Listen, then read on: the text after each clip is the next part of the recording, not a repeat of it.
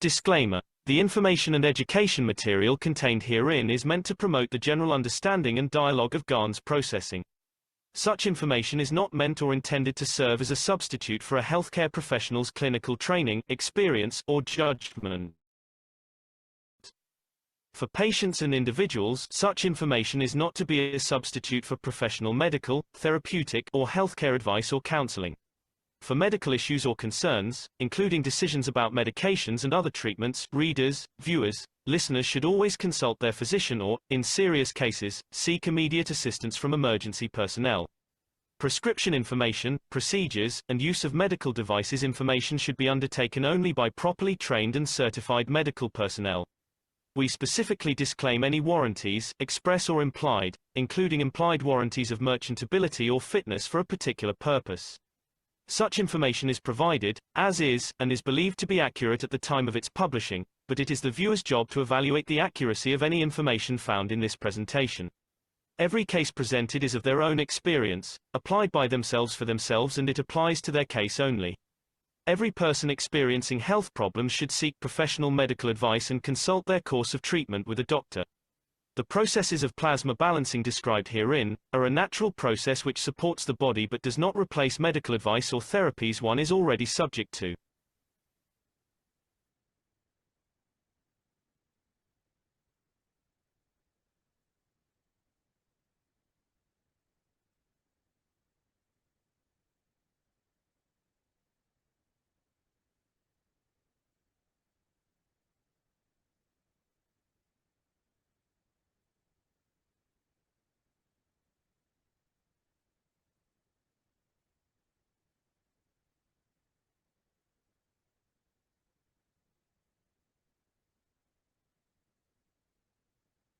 Welcome, ladies and gentlemen.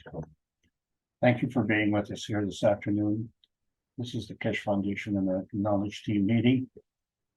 And we can move along into the second half, second half of the meeting where we're trying to make it much easier for newcomers to come in and try and grasp the knowledge without having to go through the thousands of hours of teaching. It's been well over a decade.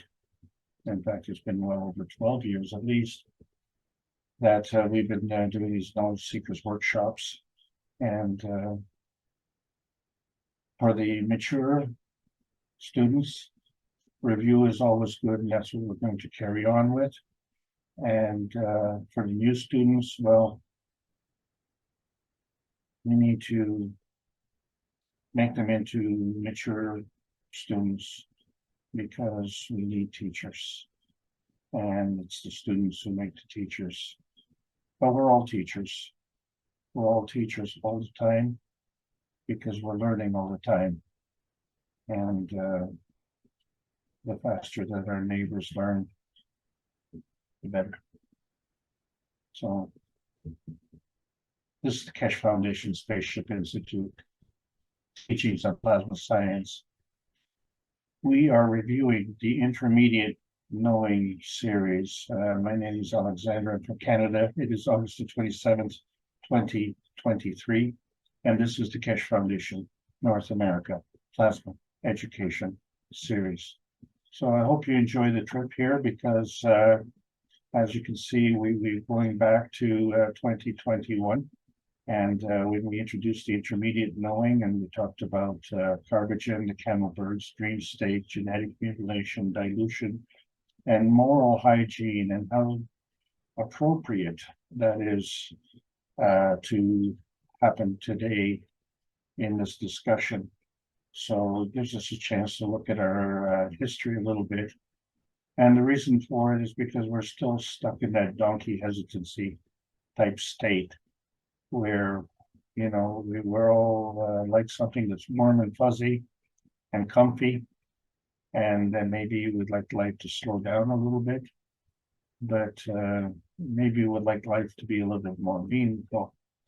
And so understanding the difference between knowledge and knowing, this is the whole thing, you know. So we covered teaching, we covered understanding, and now we're into the knowing. And what the knowing does, it doesn't just bridge the gap, but it gaps the bridge at higher orders of magnitude.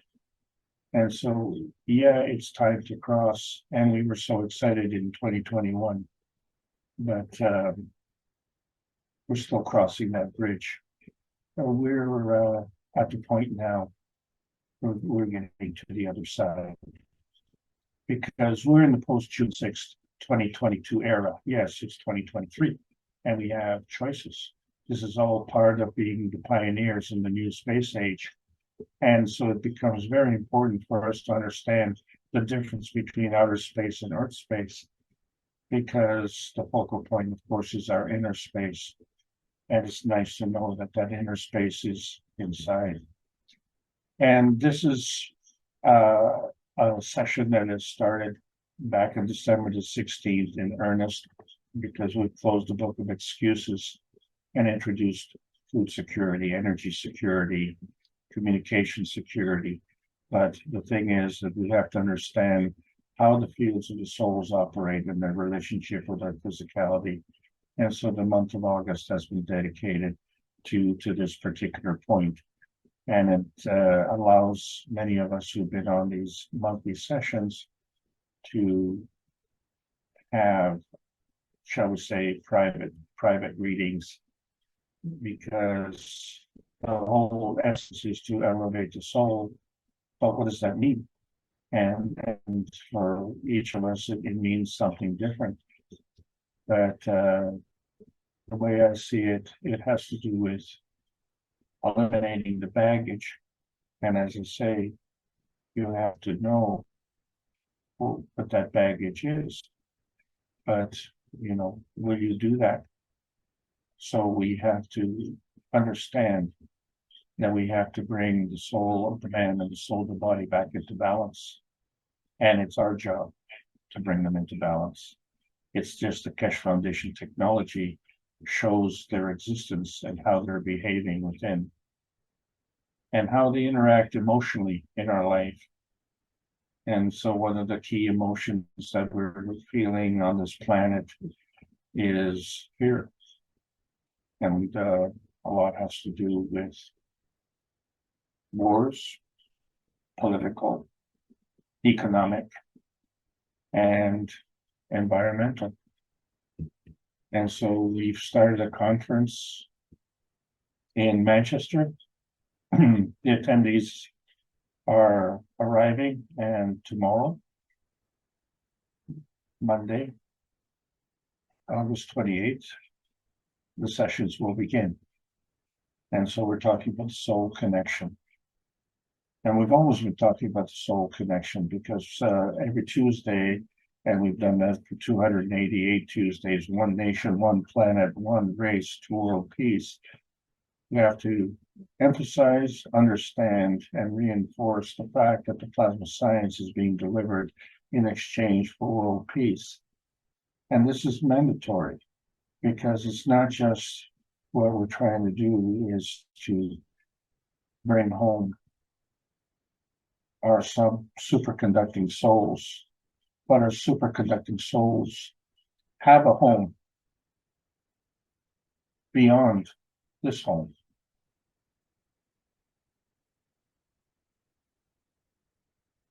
This is soul connection. And the plasma science can facilitate that through the implementation of world peace. But this connection can never happen if we don't achieve world peace, because the universal community understands how reality is manifest. We say that two fields come together to form another. So that is the formation of any field. It's called a manifestation. It's plasma feeding that leads to this manifestation. But we've been emphasizing that it can be non-tangible or tangible, non-visible or visible. And so the emotion of presence becomes an anomaly. But the manifestation is a form artifact. And so the emotion of presence is also a form artifact. And what we have to understand that the form artifact comes from energy, which is always in motion.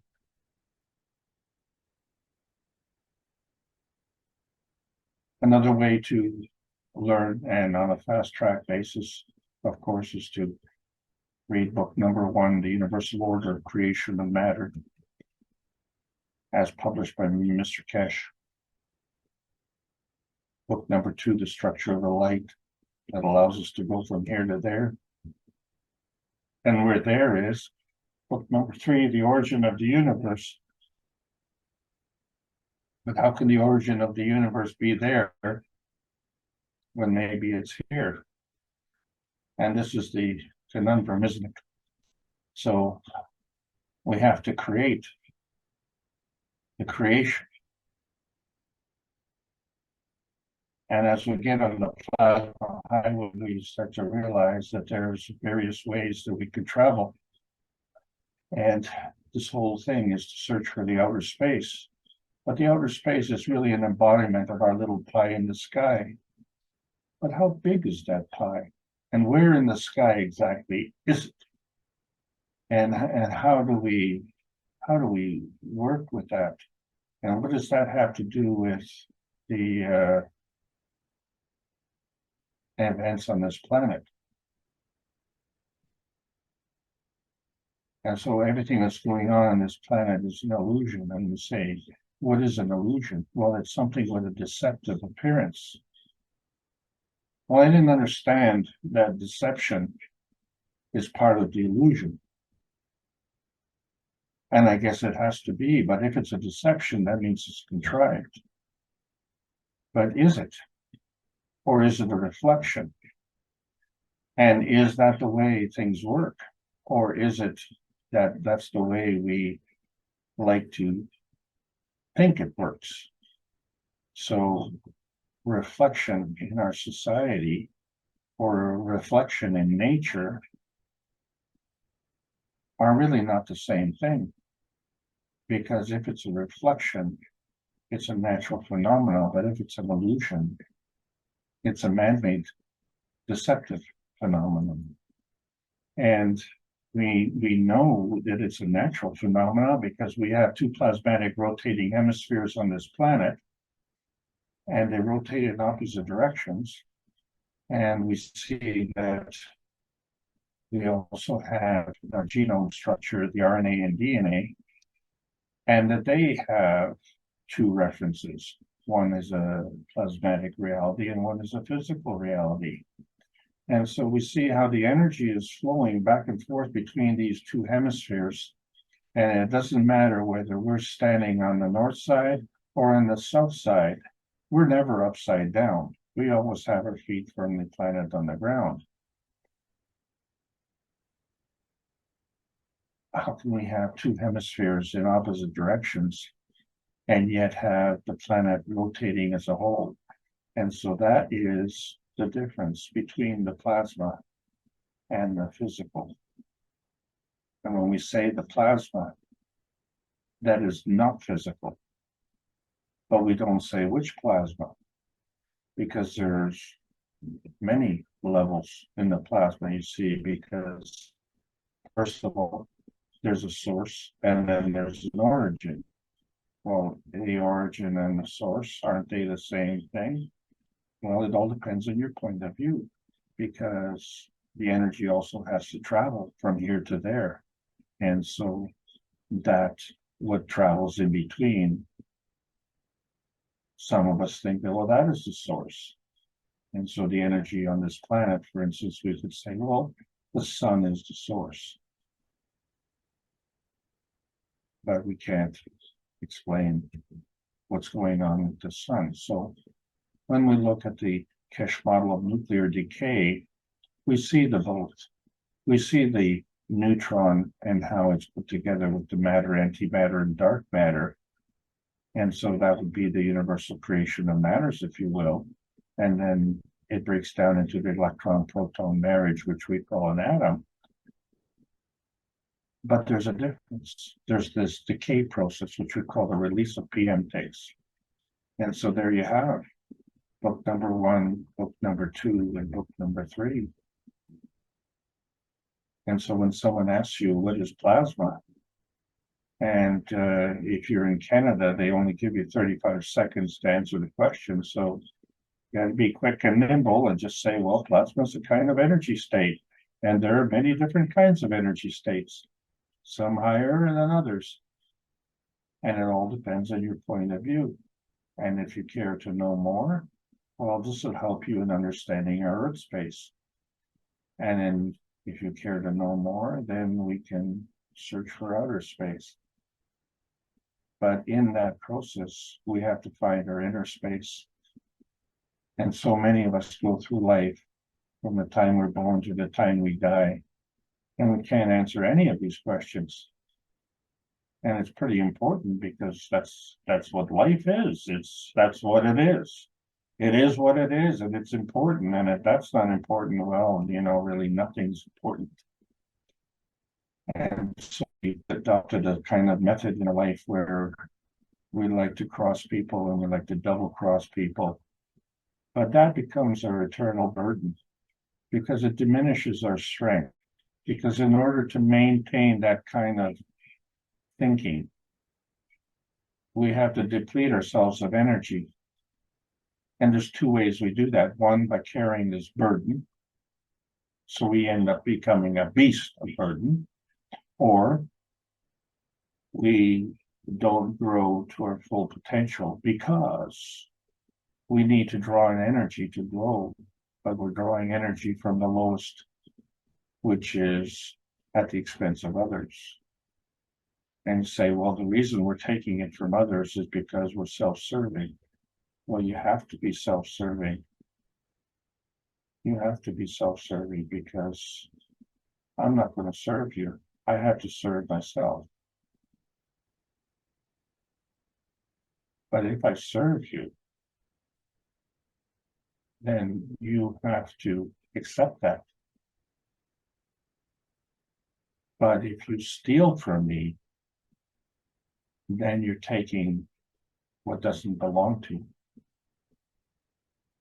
And so that's why you get less. So in order to maintain that, we literally have to disconnect the soul of man from the soul of the body. So that we can exist in this environment, but we're trapped in this environment.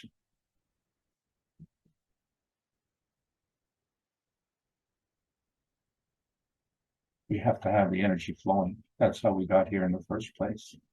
And keep the energy flowing. And that is self-serving. And that self-serving is manifest through the enhancement of others. Remember, if our neighbors are sick, the whole community is sick. Because energy is always in motion. And it can be flowing or it can be binding. And so you say that energy is either negative or positive. The energy is always positive. It's the direction of flow that is a factor. And that flow is on a 2-way street. So when we look at, like on the left-hand side, self-containment, that energy, you have to be self-serving. But that's the binding of energy. Then that's one part of the plasma. But in order to facilitate that binding and maintain that binding, you have to have the flowing between others. And so that's the principle of interaction. And so the binding is manifest from the flowing. And the flowing is manifest from the binding because you can't flow from nothing. So it's a 2-way street. And so whether it's a creation or whether it's a decay, this is a combination of an attraction, repulsion, action, plus a residue. That attraction, repulsion, interaction is what we call a magrat. And so if it's an emission, which is part of creation, then it's a magrat plus magnetical. But if it's an absorption, which is a decay, it's a maggrav plus a gravitational.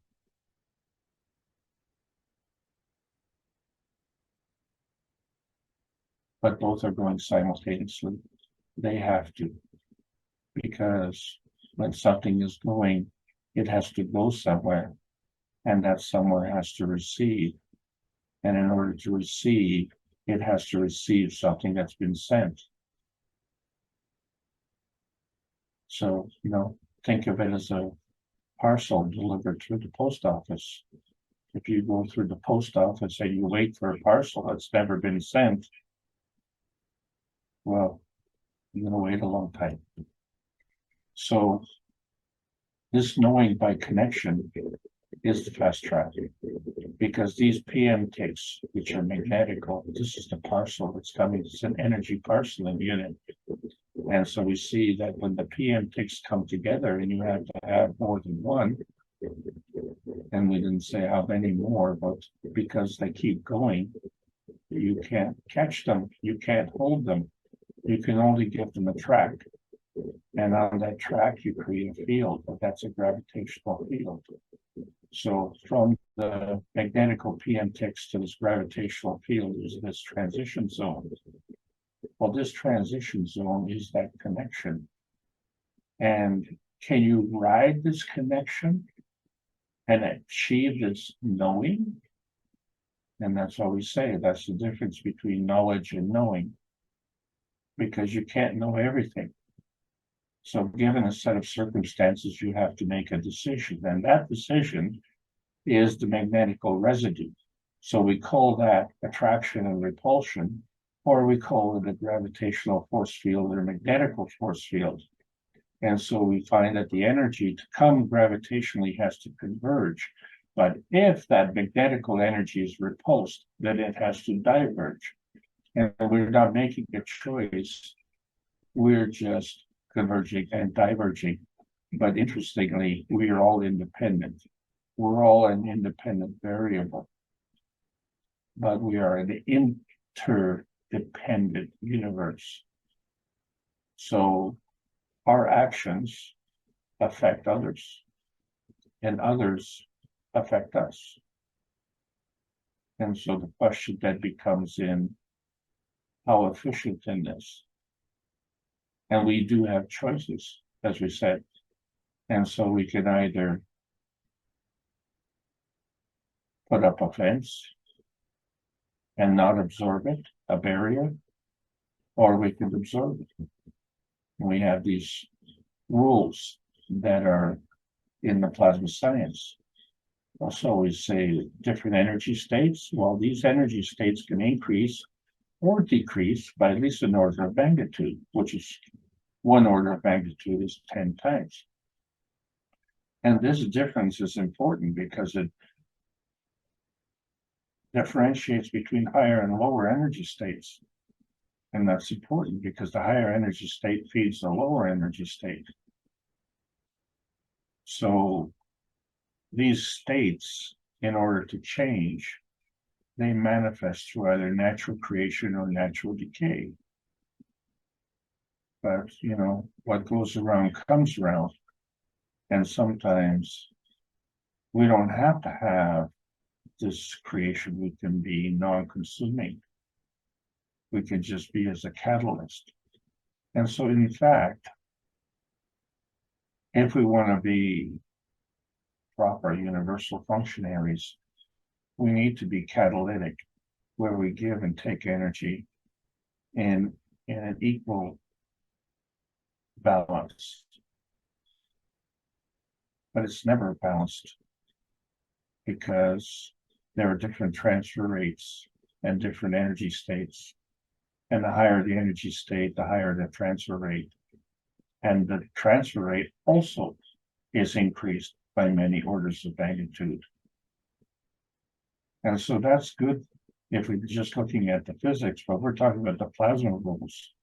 And there is a distinct rule, and that is that plasma is bound to the ethos of the universe. And so it cannot create or decay without following these rules.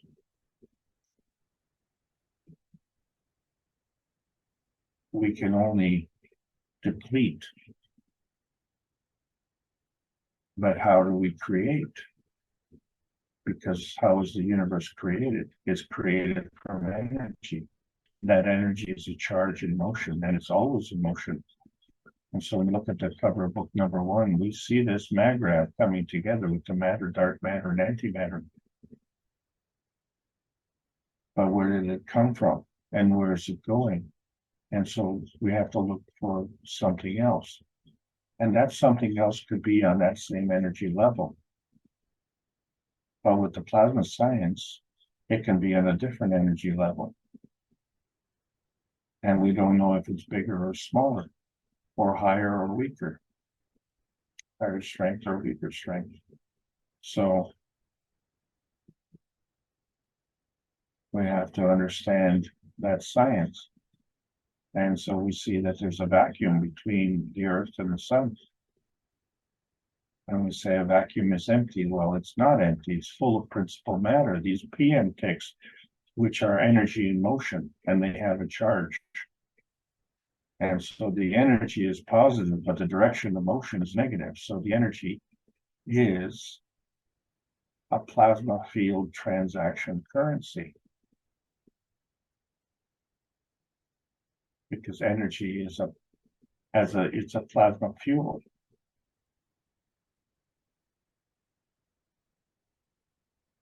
It has to move and has to impart that movement to us.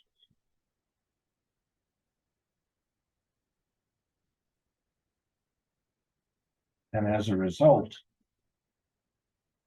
that everything is something. Nothing is nothing. And so there's a susceptibility that has to take over. And so something is always something as opposed to being something else. Because there's a plasma interaction. And so we see what goes around, comes around, but then it goes somewhere else and it comes around and goes around. And so all things are in combination because there's a magnetic pushing and a gravitational pulling. And the balance between the two creates a magnetic condition, but it's never in total balance. Because if it were, we would never have the periodic table of elements. And so if we wanted to balance that, we had to do a little juggling here. We took a couple of columns off the left-hand side and moved them over to the right. And we find that right in the middle, we have a boundary between the copper and the zinc. The copper being physical, the zinc being emotional. And when we look closely, we see other key elements to hydrogen, carbon, nitrogen, and oxygen. That's part of the amino acid. We have the iron, which is part of the earth. And we have the salts, like sodium and potassium, which is a medium. And then we have two other variables, magnesium and calcium, which is kind of the difference between the vertical people we call plants and the horizontal people, which we call animals and humans. But there's another existence, and this is the air. And what constitutes the air? And let's identify what a halogen is. And this is a free state, normally as a diatomic molecule. And so what do we mean by halogens? So there's one part of the periodic table that includes fluorine, chlorine, bromine, iodine, and astatine. And these are in the group what we call group number 17. And then we have amino acids, carbon, oxygen, hydrogen, and nitrogen. But these are all gases. the carbon is solid. So we have an anomaly here. And we don't even mind that anomaly when we make the cups of life, because we take elements, we put them in the cups of life, and we apply some inner strength from some nebulous point and give it emotional strength from some other nebulous point. And something happens in the core. And in that core, we create a balance between the magnetical gravitational fields. And then we made another cup, and we had a difference between the emotional and the physical. And then when the medium, the salt, evaporated, we ended up with the salt water. When it evaporated, we ended up with the residue. But that residue formed a pattern, and it's a very distinctive pattern, and it's very uniform all around. And I wouldn't be able to draw that or make that. It made it on its own, because there was a plasma field inside. And so this is the thing. The components that made this field are gone. And this is what was there before. The salt residue was there. We had water in the cup, and we had gas. And we removed all the components, and we see the rotating field is still there, because there's a hole in the gas, and we can see that right through to the bottom of the table. I couldn't do that either, but this is the dynamic reactor growth. And so we see this field that is going around this magrav. So we have this core magrav condition, and as the energy is flowing around, we see that the energy is coming in and it's going out. And as we said, it's a two-way street. And so this principal matter is these PM takes coming together as energy packs. They amalgamate together in a magrav condition because of the force field interaction of the antimatter, dark matter, and the matter. And so we have core components like neutrons, which are gravitational, and we have electrons, which are magnetical. And I'm sure you can see the difference. But the key point is that in the physicality, magnets that display repulsion and attraction have a field that is creating that activity, and we can sense it. We can't see it, but we can sense it. And that's fine in the physical field. But in the plasma field, as we've seen with the residue in the cups, if we take away the core components, the field remains. And that is a critical difference between magnetic fields and magnetical fields.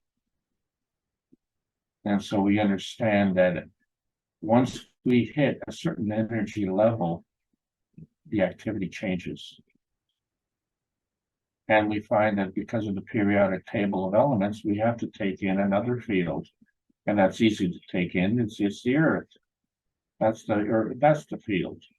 And it isn't just a field on Earth, it's the whole Earth. The whole Earth is part of this small m matter manifestation. And so our reality has to take that into account. So it's our self-serving manner and the Earth's self-serving manner that creates this inertia environment that we live in. And so if we understand that, then if we understand that we can change ourselves, wouldn't that affect our environment? Let's say, for instance, if you were introverted or extroverted, wouldn't that change the environment? You go to a party and, you say, oh, well, that person's the life of the party. And everybody wants to be with that person, right? Which means that everybody else is not the life of the party and nobody wants to be with those people. So by just changing ourselves, we can change our environment. But what happens if we change the planet? That'll also change the environment. And what happens if we change both? Well, of course, same. It'll still change the environment. So let's understand. If we change the environment, it is because we change ourselves. It is because the earth is changed. That's what changes the environment. The environment is a product of the field forces of ourselves with the earth environment. And so ourselves has three fields: an emotional field, a physical field, and a solar field. And so each of these fields, as they're represented in the cups of life, is either magnetic or gravitational to maintain its balance, but they also have a soul at the core. And then we have to take into account the Earth cup and the inertia cup, and all five together come together and create this magnetic or gravitational force field. And there's a collective soul. And this is how we get fed. All of this feeds us. All of this feeds us plasmatically. Up until now, we only see the feeding physically. But we have to understand that the plasma feeding room is that you can have natural creation or natural decay or a catalytic stability. And from there, because of the residue, it can either increase or decrease, which means it's a two-way street. So this energy transfer state is a true two-way street in two directions. And so this all becomes part of the plasma feeding. So we could say, well, this plasma feeding is self-serving, but we are not an island. We are interdependent with everything else. And so when we talk about a point of view, we have to identify, are we looking from the Earth's point of view or from our point of view? And since we are the ones who are asking that question, we have to understand that it's from our point of view that the soul comes from. And if that's the case, being self-serving the way we are, that's the gravitational point. And this is very good because that means the environment with respect to our point of view is magnetical. And the earth is gravitational. And this is why we have our feet firmly planted on the earth, regardless if we're in the northern or the southern hemisphere. So it's to understand it isn't the manifestation of physicality, it's materialism. That's what physicality is. It's all part of what we call the nuclear decay. It's a gravitational transition of the reality. And we've taken it to the extreme because instead of creating peace on earth, we've involved ourselves with the pursuit of money. The money is supposedly giving us peace, but it's actually just a proxy. It's a reality manifestation proxy. And in that process, we've created a limitation. So our pursuit of happiness becomes a pursuit of limitations. And if we look at our bodies as a machine, and if we look at our component of our body as periodic elements, then, you know, we're just zinc and copper and iron, and we're just a bunch of cups that come together. But what we noticed, the cups of life, that we created amino acid. It came from the air. And so when we look at an amino star, It's made of oxygen, nitrogen, carbon, and hydrogen. And they have different field strengths. So the oxygen is the strongest, and the hydrogen is the weakest. But if we look at nitrogen, it's actually called dinitrogen because it comes in pairs.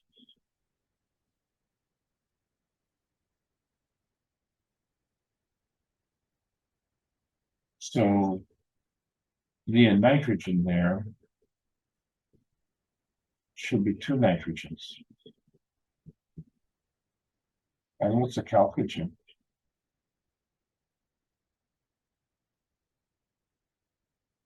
This is the oxygen family.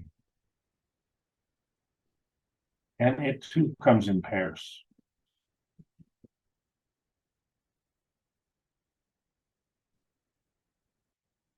What about hydrogen? Well, hydrogen has an atomic number of 1, and it's the lightest element. But it also comes in pairs as a dihydrogen. Maybe our amino star is a little bit different than what we thought. What about carbon? Well, carbon's not a gas, carbon is solid. And when we nanocoat a copper wire, that nanocoating is carbon. And graphene is just another form of carbon. Diamonds are another form of carbon.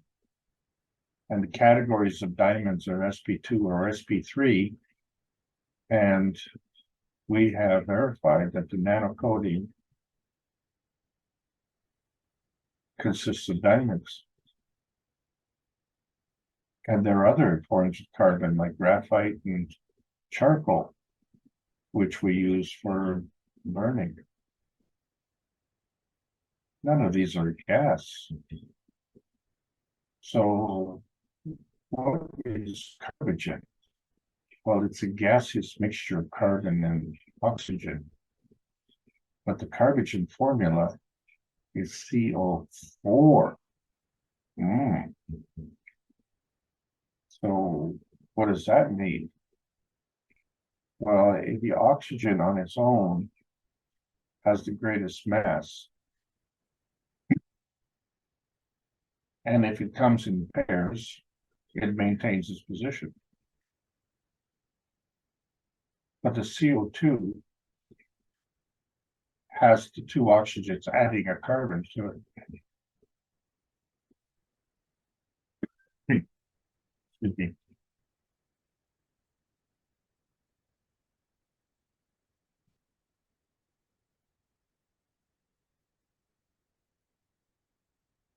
So if we look at the connections on the amino star, excuse me, there's a shift. The oxygen is gravitational, but there's a shift. CO2 is gravitational, but it's in a gaseous state.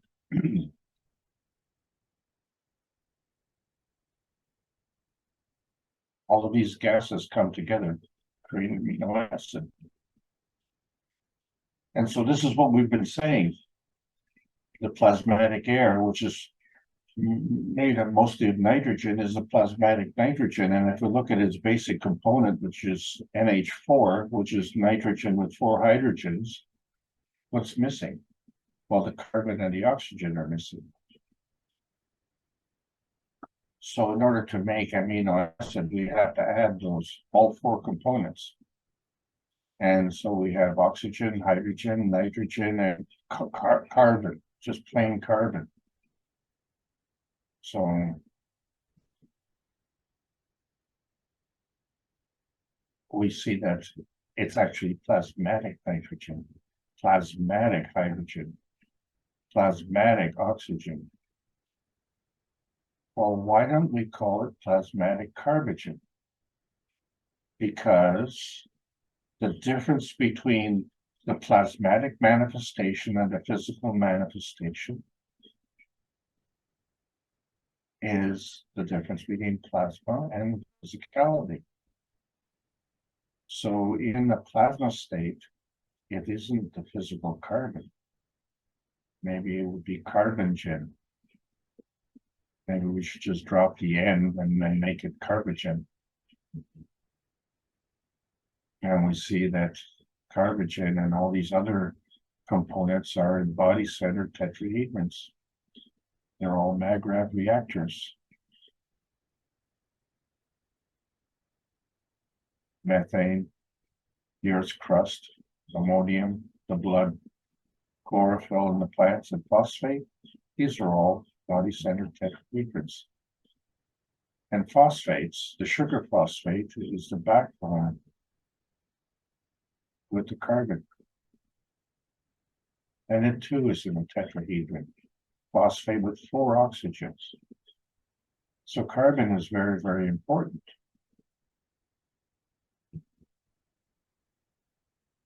And so this sugar is apparent in the amino acids. And so one of those is cytosine, but it doesn't have sugar. Another one is thymine, and it doesn't have sugar. But then we have adenine, and it has sugar. And then we have guanine, and it has sugar. Well, so there's a balance. 2 don't have sugar, and 2 do. And this is an important component. So what I would propose, and it hasn't been followed up on, so it's just an interesting dialogue, is to add to the plasma terminology by understanding the difference between the physicality and the plasma reality. So when we're talking about plasma realities, let's talk about carbogen, mattergen, or plasmagen. So we'll eliminate the confusion with matter, and then we understand that with the plasma, there's a confusion. Some people think it's plasma blood. Well, the blood is a physical plasma. So there's a plasma, and a physical plasma.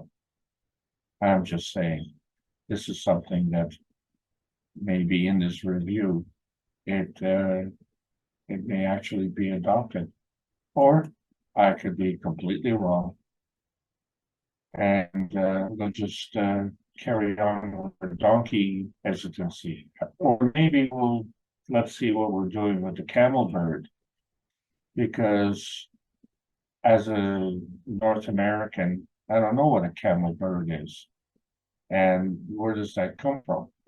And so when we look at beasts of burden, and we see that we use camels to do racing, and we also use horses for racing. We treat them like athletes, and so they're human athletes as well. And that's why they call these all the sport of kings, because the animals get treated like royalty, the athletes get treated like royalty. And so depending on the athlete that you have, it's a measure of wealth, isn't it? But these are all beasts of burden. And so we become a beast of burden as well. And that becomes a question. Do we have to carry this burden?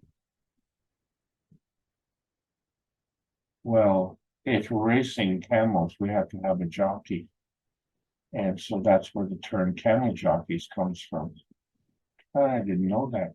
But, as in horse racing, the lighter the jockey, the faster the race. And so they used to use children, but they replaced them with mannequins. And so the camel jockeys are now just mannequins.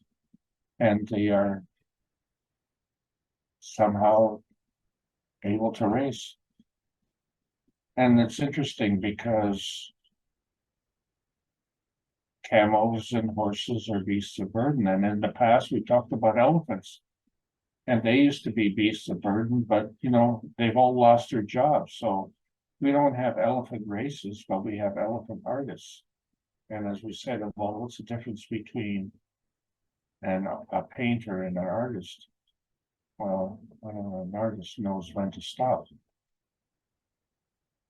And so we measure wealth by how much we can earn, whether the elephant earns from the artwork or the race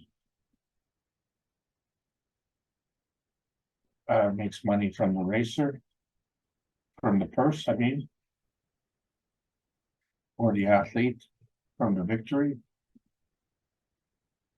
And so we find that the animals are very smart in that regard because they allow us to manipulate them, but they earn money so that, they can eat. And then we wonder if we're so smart, how come we ain't wealthy? But if we're so wealthy, how come we ain't smart? And that is because it's the way we measure the wealth of a nation. Do we measure it by the richest, or do we measure it by the poorest? Because when we look at a chain, the chain is only as strong as the weakest link, isn't it? And so we do have a new bird ship. And it was around this time when we introduced the universal body enhancement units. And we wonder what they can do. And I wonder if, some people would just want to live in there. It would make a nice house, wouldn't it? But it really makes a good camel bird ship.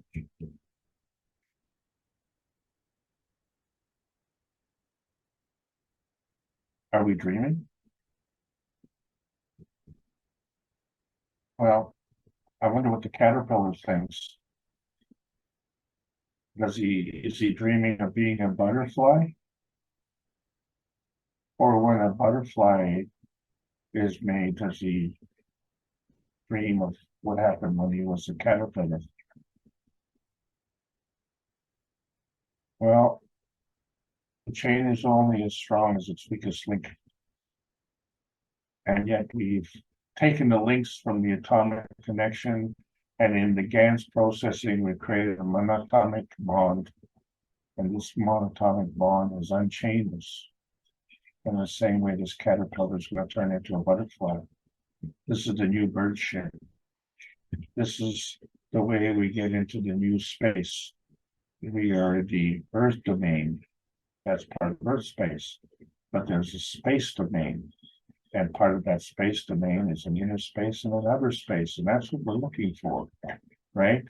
We're trying to go from Earth space to outer space. But we do this every night. We have an awake state and a sleep state. We also have an awareness, which we call conscious state or unconscious state. A lot of states. And the way we measure our dreams is with brainwaves. There's alpha, beta, delta, beta waves, what we call the REM cycle, the rapid eye movement cycles. And so they represent kind of going from a shallow to a deep sleep state. And these states are based on frequencies. That's how we measure them. And so science admits to a little knowledge in this regard. So many of us, we go to fortune tellers to have them interpret our dreams. The way science really works with these things is by pursuing mind control and artificial intelligence. It's so far from the reality, when you look at a betta fish, it's like we call the Siamese fighting fish. Why is it fighting? Because it's protecting its territory. And isn't it interesting? In the fish world and animal world, the males are beautiful. But the bettas have phenomenal eyesight because they live in rice paddies. And so their world is very small the way they see it. So a lot of the time is spent in a state of suspended animation. Well, what is that? Is that a dream state, or is that a awareness state? Is that consciousness? But what are they doing in this suspended animation? And, you know, if the visibility is poor, like in a rice paddy, you can't see in front of your face. In the suspended animation, you're pining for a female. Well, obviously, the female be pining for the male. But how can it connect when you can't even see where you're going? Isn't that an interesting problem? So we find that there's a lot of stuff that's going on in our dreams. I mean, know already that we want to interpret these dreams, but you know, what we really want to know is what is the relationship between this awake state and this sleep state? And so we have to understand that we are the last man standing, but we're not alone in our dreams. And we're not alone in our loneliness. We're just responsible for our physicality. But the preparation comes from the dream fields. And for some of us, we're afraid to go there. We have these nightmares. And when we think about that, we create these creatures, we call them the gonna get yous. But we have to understand the dreams cannot hurt you, and neither can ghosts. So some of us have more courage and we've gone into out of body. And the funny thing is when they go into the out of body, well, is that an illusion or is it a reflection? Because when you look at a mirror and you see this reflection, you will maybe part your hair on one side or the other. But when you go into an out of body, you have the external view, the way people view you. And they view you the opposite way. Your hair is parted on the other side. So we don't know that because we don't see ourselves in our physicality. But we could see ourselves in that sleep state. And the thing is, you wouldn't be able to tell the difference if we were symmetrical. But most of us are not symmetrical. In other words, we may have a crooked nose or a crooked heart, or one eyebrow is bigger than the other, or something like that. And so, if we have the reflection from the internal view, or we have the external view, we would be totally different. We might not even recognize ourselves. So, what are we really after? We're trying to make some resolutions. And so, if we concentrate on the physicality, we constantly see this impairment because we're drawing energy from the lowest source. What we're always seeking is an enhancement. Why? Because we want to restore our vitality. Why? Why not? What's wrong with feeling good? What's wrong with being healthy? Why do we have to accept being old and decrepit? Why can't we be young, old and healthy? And that becomes the question about the soul systems. So we see this connection, and we know that it's there because when we go to sleep, we go into the dream state, and in the morning we come back. And we don't make any mistake, you know, we don't fall beside the bed. You know, can you imagine, you know, you wake up in the morning and, you know, your soul is beside you. That would be kind of scary.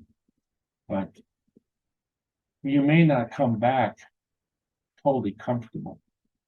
And if that happens, the recommendation is to go back to sleep for maybe another 15, 20 minutes, and then come back again. And maybe you'll be putting the right foot in the right shoe, and it'll fit a lot better. And this is the art of dreaming. How do we navigate through these soul systems? Now's the purpose of these teachings, is to understand where the spirit comes in. And in physicality, we call the spirits drugs and alcohol.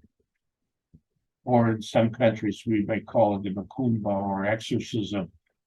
Or in religiosity, we call it excommunication. How can you be excommunicated from the universe? And who has the authority to do that?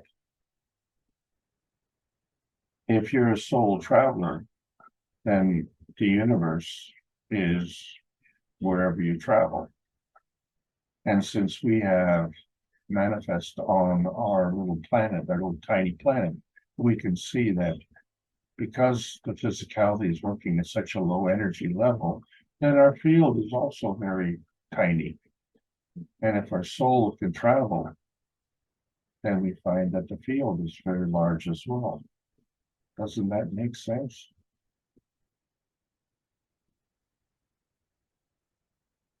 And so our spirit is very much physically bound. And it's important because it's our spirit that is keeping us healthy.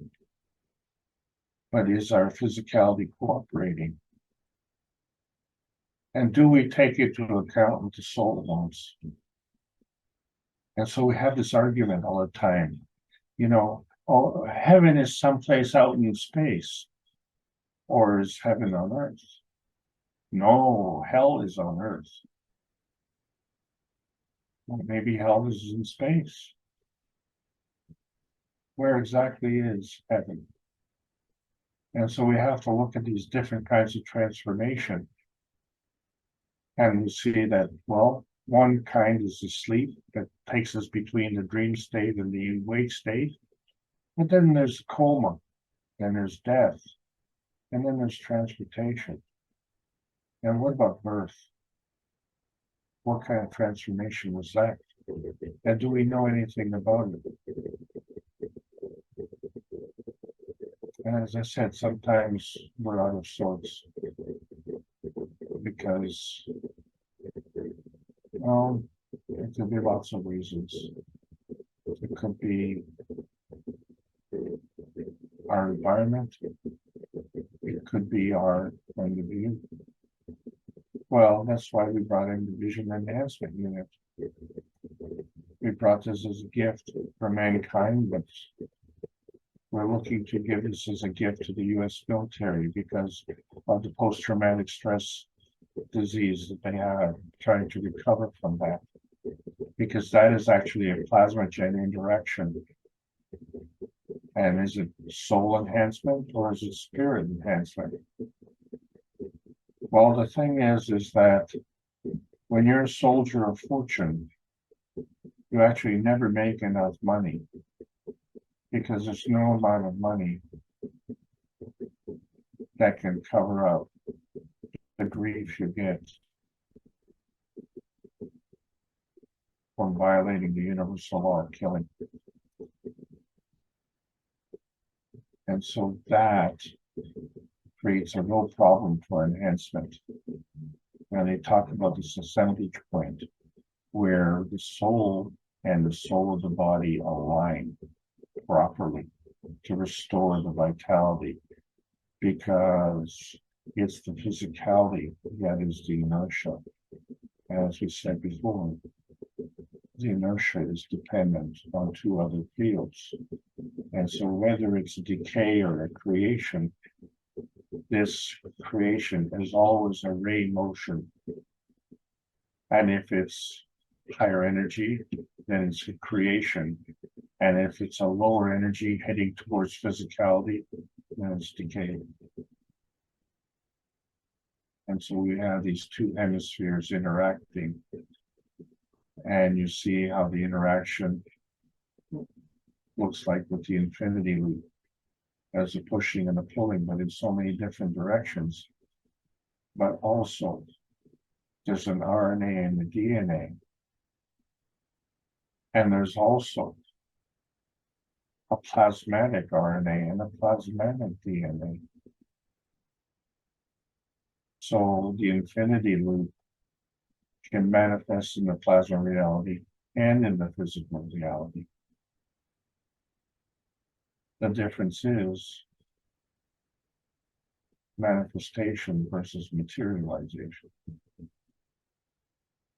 And so there's convergence. And from there is a divergence. And the midpoint is this conversion. And as we said, this is the inertia. This is at the interaction point. And this inertia is dependent on the convergence and the divergence. But if you go one way, you come to that interaction point. If you go the other way, you still come to that interaction point. So now you know it's a two-way street. And so when we're looking at this conversion, we have to understand that it's in a plasmatic reality and the physical reality. We have to be able to know the difference. So we have to know the difference between these matter states. So when we talk about transformation, we're talking about going from the physical state into the plasma state or back again. But when we're talking about transportation, we're talking about staying within the same materialization. And so even though we're in that same materialization, we can see clearly that we have different energy states there as well. And so groveling in the lowest energy state of heat electricity exchange and elevating to the next higher state, the nuclear physics, which we don't really understand well enough. The saving grace is that the plasma physics neutralizes the nuclear physics. So instead of looking at, say, a 25,000 year half-life for decomposing nuclear radiation, we can see it happening within days.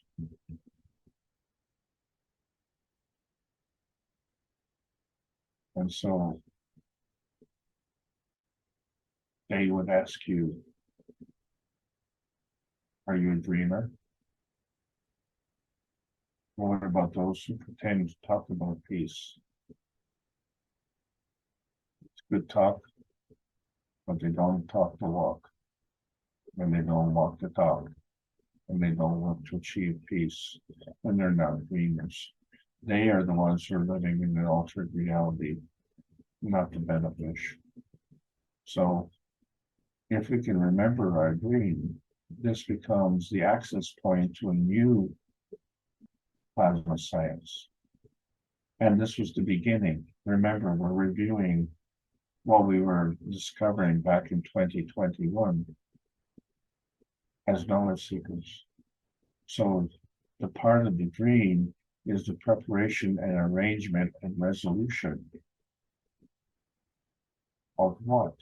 It's a preparation of the soul to prepare our physical reality.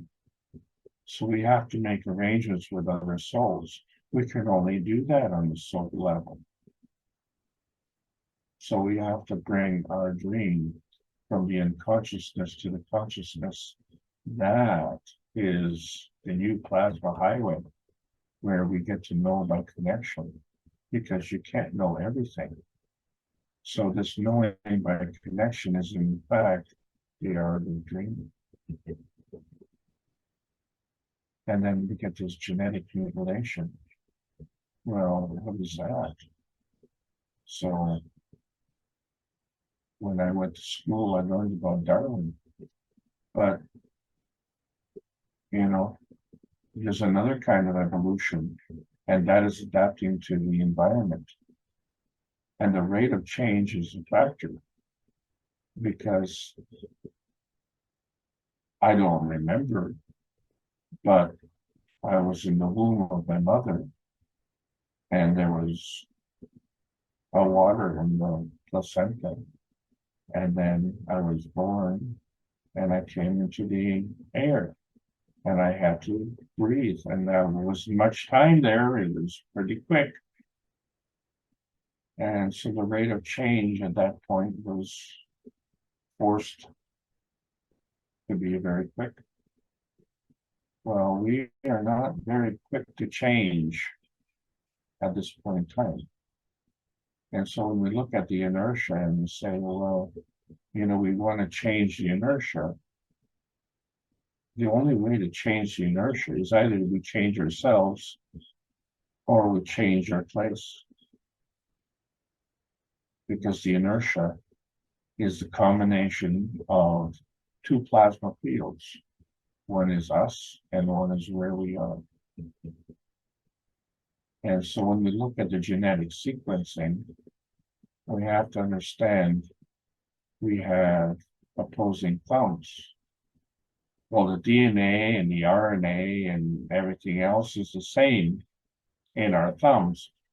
So how can we have two different thumbs? It can't be the same and be different, can it? Well, the thing is that the production of the thumbs comes from the RNA and its functionality with the DNA. But we need those thumbs in this environment. And so there's a feedback that comes from the earth. So that's what the mRNA is. It changes the code to adapt to the position. And when you adapt to that position, you're adapting to the environment. So it's your genetic sequence with your position that affects the environment. That is the genetic sequencing. But there's a morphogenic resonance, which means we have to respond to the rest of the family. So I'm part of the community. So my community affects me. I can't be part of the community and not participate in the community. That's impossible. So the attitude of the community resonates with me. And it's all an interesting science. And one of the great authors, many books, Rupert Sheldrake, it makes interesting reading. But, you know, he's considered a heretic. But what is your soul? Is our soul heretic? Or is the soul inputting in our dream state? So our night dreams become our daydreams, or our night dreams and our daydreams allow us to go beyond the soul of the body input, beyond dreaming, expand our horizons. We find that the soul is operating at an entirely different level, and it's affecting us in an entirely different way from the way we understand it. And so many of us are disconnected. And, you know, when you look at the genetic manifestation and you see how evolution happens, well, there's, you know, three-toed sloths and four-armed freaks. And is it the freaks or is it the frequency? And how do we choose? And are we chosen? And do we choose by discrimination?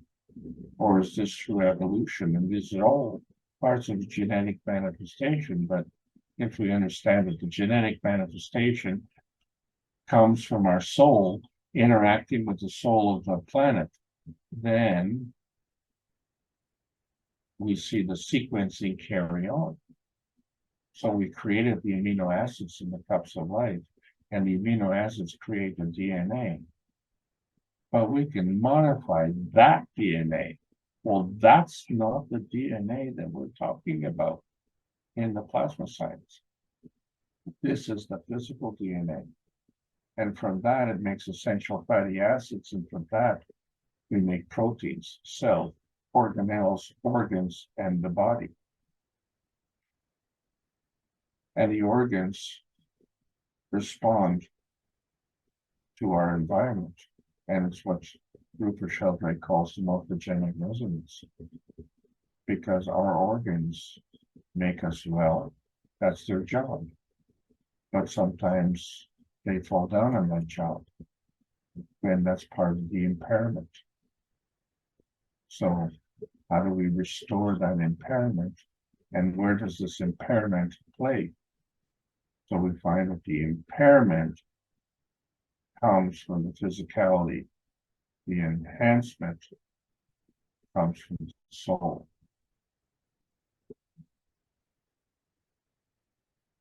Let's restate.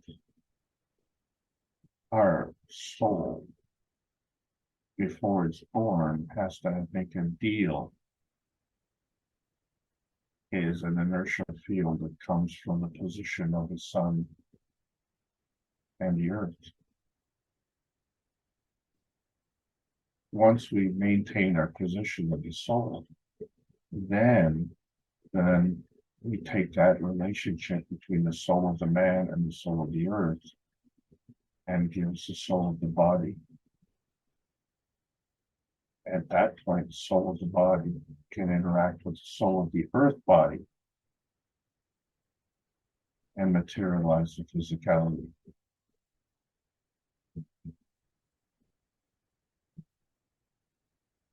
So there's a soul sequencing that goes on as well.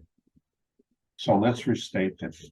The soul of the sun plus the soul of the earth attracts the soul of the man. And soul of the earth plus the soul of the man now attracts the soul of the body. So the soul of the earth plus now the soul of the body manifests the physicality of the body. That's a soul sequencing. And so our birth, based on the position here, creates our spirit and our RNA and our DNA. But there's, as you know, there's a relationship, there's a balance, and there's a scientific community and there's a spiritual community. And so this is how we convert and manifest through these relationships.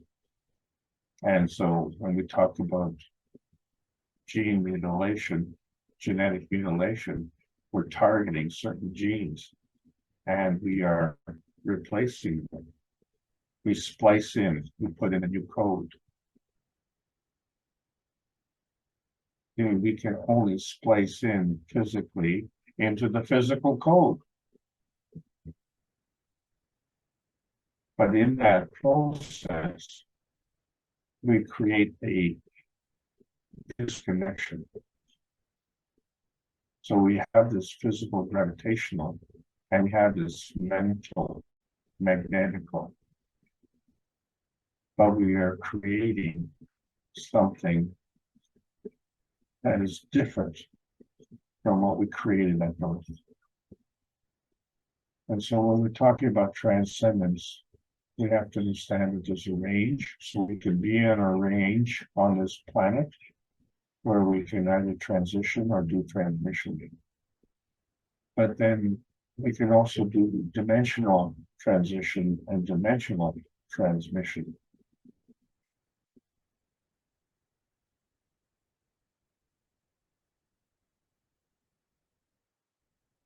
Then we can get into domain transmutation. This involves an advanced science of creating a band where we can operate in and filter in. We did this automatically when we were born. And we do this actually automatically as we exist in physicality.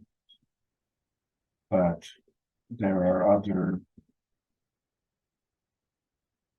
effects that are coming in that are altering the reality.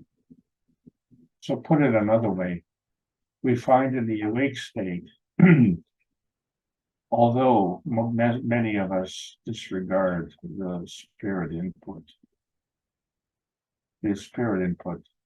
accounts for at least a third of our input. The awake state would garner the other 2/3. And so we see that this is very much related to our little tiny universe.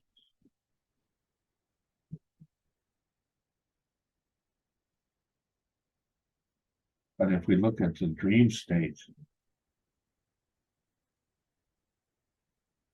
it too is a third. And the soul is 2/3. We're still connected and still referencing our physicality.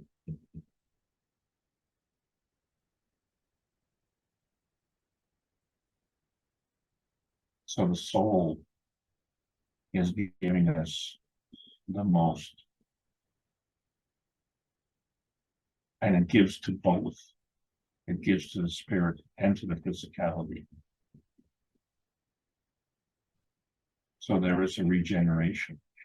But this exchange of energy is bound to the ethos of the universe. So we have to define ethos, and that constitutes ethical behavior. And ethical behavior abides by universal laws. So unethical behavior automatically is defined as violating universal laws. And so genetic mutilation becomes unethical. And this mutilation is post-amino acid. Well, if there's a post-amino acid, then there's a pre-amino acid. So the universal community exists in pre-amino acid. We are part of this universal community. You know, when we were born from something. So that was pre-amino acid. So pre-amino acid is the common denominator for our soul family. And ethical knowing is this common denominator. We had to trust our birth. We had to trust in the knowing of our birth. The moment we were born, we couldn't remember. And so we didn't remember the trust either. And so we gave it up. But we have to understand our soul never gave it up. We just don't understand the art of dreaming. So when we're looking at the carbogen, we see that is a midpoint between the pre-amino acid and the post-amino acid. And so as organic beings, that means we're carbon-based. And if we were inorganic, that means we would be silicon-based. Well, our planet is inorganic. And that's the difference. But the carbon and the silicon are in the same family in the periodic table of elements. And so as we dream, so does the earth. So if we are dreaming of, beautiful things, then the earth is dreaming of beautiful things. And so this is the difference between dream-made and man-made. And so we see that there's a feeding to our DNA, and there's a feedback to our DNA. The feeding from our DNA comes from the soul, and the feedback comes from our environment. And so the DNA is a product of these two feedings. So our DNA, which manifests our physicality, is the inertia field.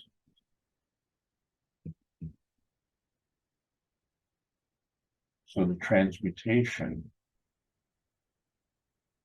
is done and concludes with the inertia field.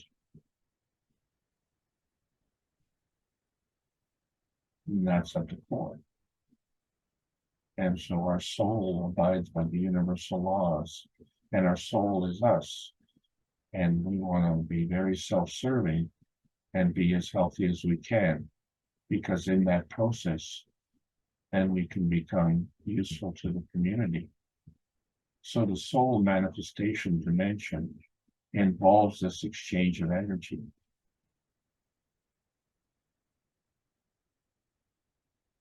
And is fundamental to the principal matter.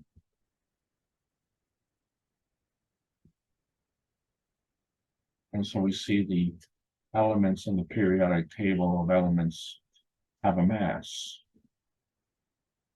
But because the periodic elements are an inertia field, so then we see that they were created from other fields. And those other fields are the soul, the spirit, the mind, the emotion, the light, and they all have a mass.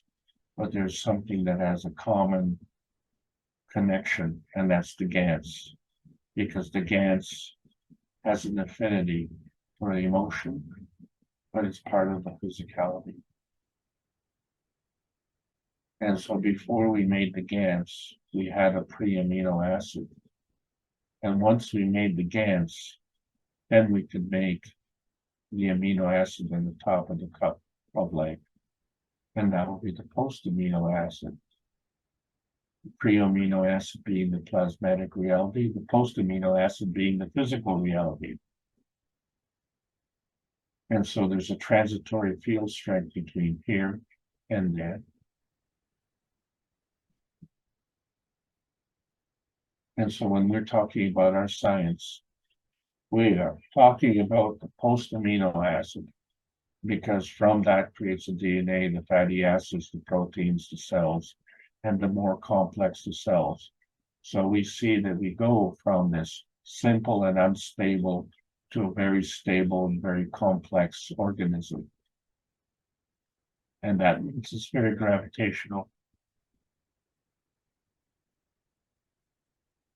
But does that mean that we're earthbound?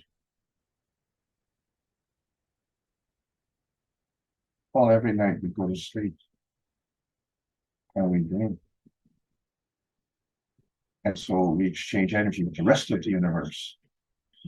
And it is the rest of the universe that facilitates this plasma dilution, because this plasma comes from the rest of the universe. And it comes from all different directions. And so what is dilution? And so on page 154 of book number 1, it talks about the inception of plasma, which is the antimatter components of the plasma, which were created by the stronger plasmatic magnetic fields. The future is plasmatic magnetic fields based through the production of controlled plasmatic dilution technology reactors.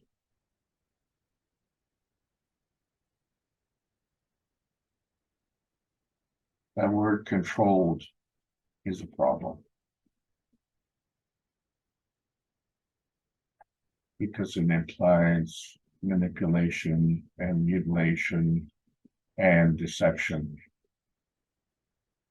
But that's not what we're talking about. We're talking about the interaction of the soul with the universal community in all domains, in all ranges. So now look at the cups of life differently and see that the plasmatic dilution comes from the higher energy to the weaker energy, from the gravitational to the magnetical. And as we stack these cups, each field in between has this transition field. Each one. And so that becomes the inertia field. So from that point of view, we see the inertia field and how it aligns up magnetically and gravitationally.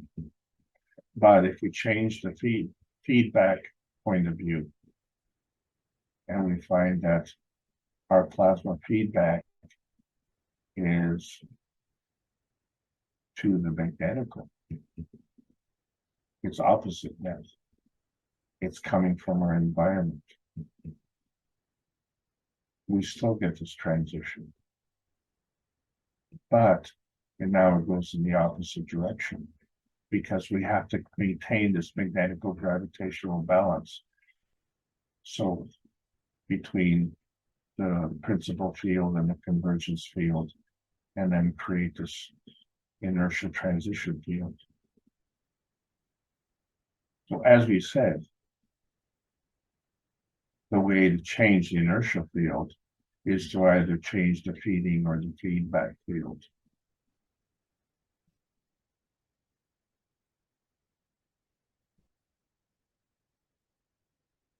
So we have to look at the interaction in stacker unit. And we see the relationship as it is in vertical life or the horizontal life. It all has to do with the matter-gen state. And that matter-gen state is a manifestation at each and every stacker level and in between each and every stacker level. And that's the difference between being man-made or being a role model.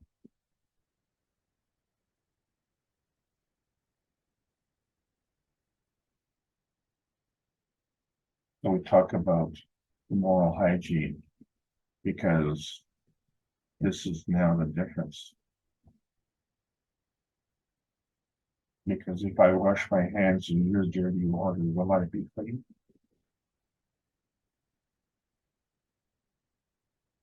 How do I change that environment? We have to look at how life is created. So we look at the strength of the energy field of the amino acid, which is connected to the strength of the energy field of the soul of the body. That's what we've been doing up until now. But now that we have the strength of the energy field of the soul of the body, that is connected to the strength of the energy field of the soul of man. Well, it's supposed to be, but it could be disconnected, or it could be connected in a very selective way, which is another limiting factor. But the strength of the energy field of the soul of man is connected to the strength of the energy field of the totality of the universe. And maybe we don't want to go there. Maybe we live in fear, or maybe we just want to stay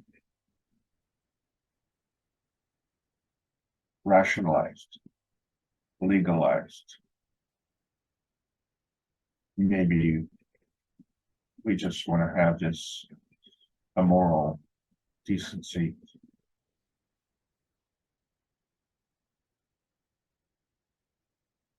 It's not moral. And so when we talk about properties, we have to understand it beyond the homes and our real estate. Those are things that are very physical, but there's things that are intellectual property rights. And they also get violated because we have patent laws. And it's no point all of us enjoying these patent laws when one country doesn't participate. It's like having a boat. Yeah, it's nice to have a boat, but it has a hole in it. Well, our soul fills that hole. The soul has properties. And so we know that because we can stop the leaking, we can stop the loose harvesting, we can soar past the evil and be free. And in order to do that, we need to be detached and at ease, detached from our baggage. And so we have a new story about the cats. When the cat's away, the mice will play. Well, the mice are being, what, malicious? Or can the mice behave? Do the cats have to be there to make the mice behave? Well, there's a new short story by a cat. Schrodinger's cat gets out of the bag. We find that we are now transcending the man-made laws and making a difference between them and the universal laws, because this is where the conflict is between the laws of man versus the laws of nature. And the limiting thing is our understanding of the speed of light and how it happens, and our lack of understanding or lack of appreciation of the ethos. So we have to understand that not doesn't work. You cannot not do something. We said energy is always in motion. So you can only do and you can only be, and that's what life is about. It's about doing and being more, not less.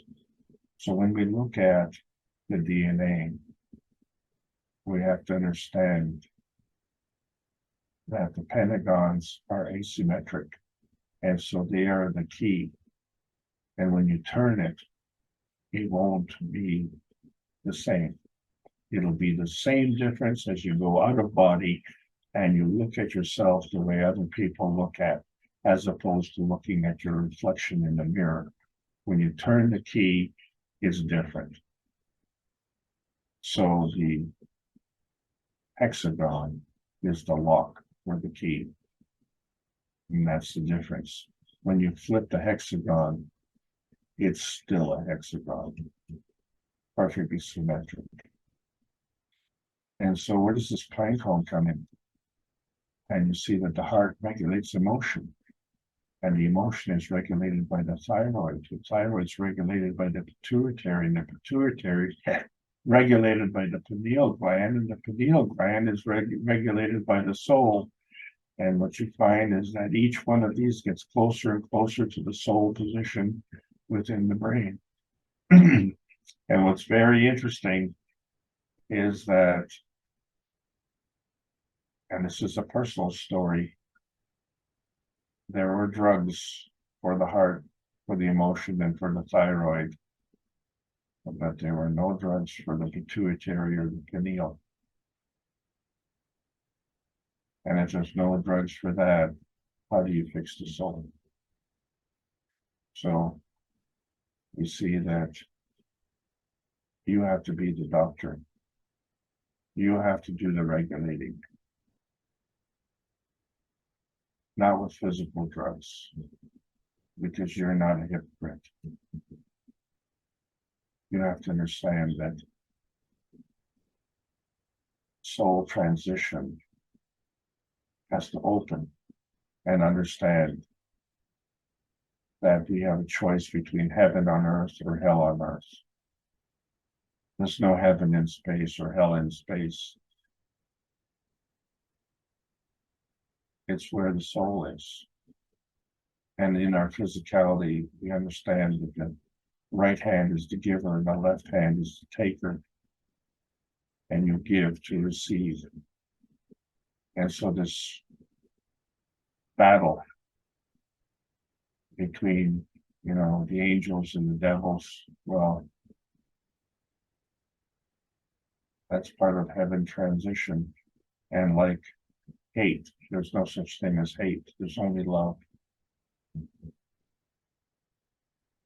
And so when we talk about our little pie in the sky, we all like pizza and we like the pizza wedges. That's our little pie. But we have to understand the way the winds blow. East blowing winds are called westerlies, and the westerlies are magnetical, and the westerlies are stronger. And the reason for it is because the westerlies come from the windward side and go to the leeward side.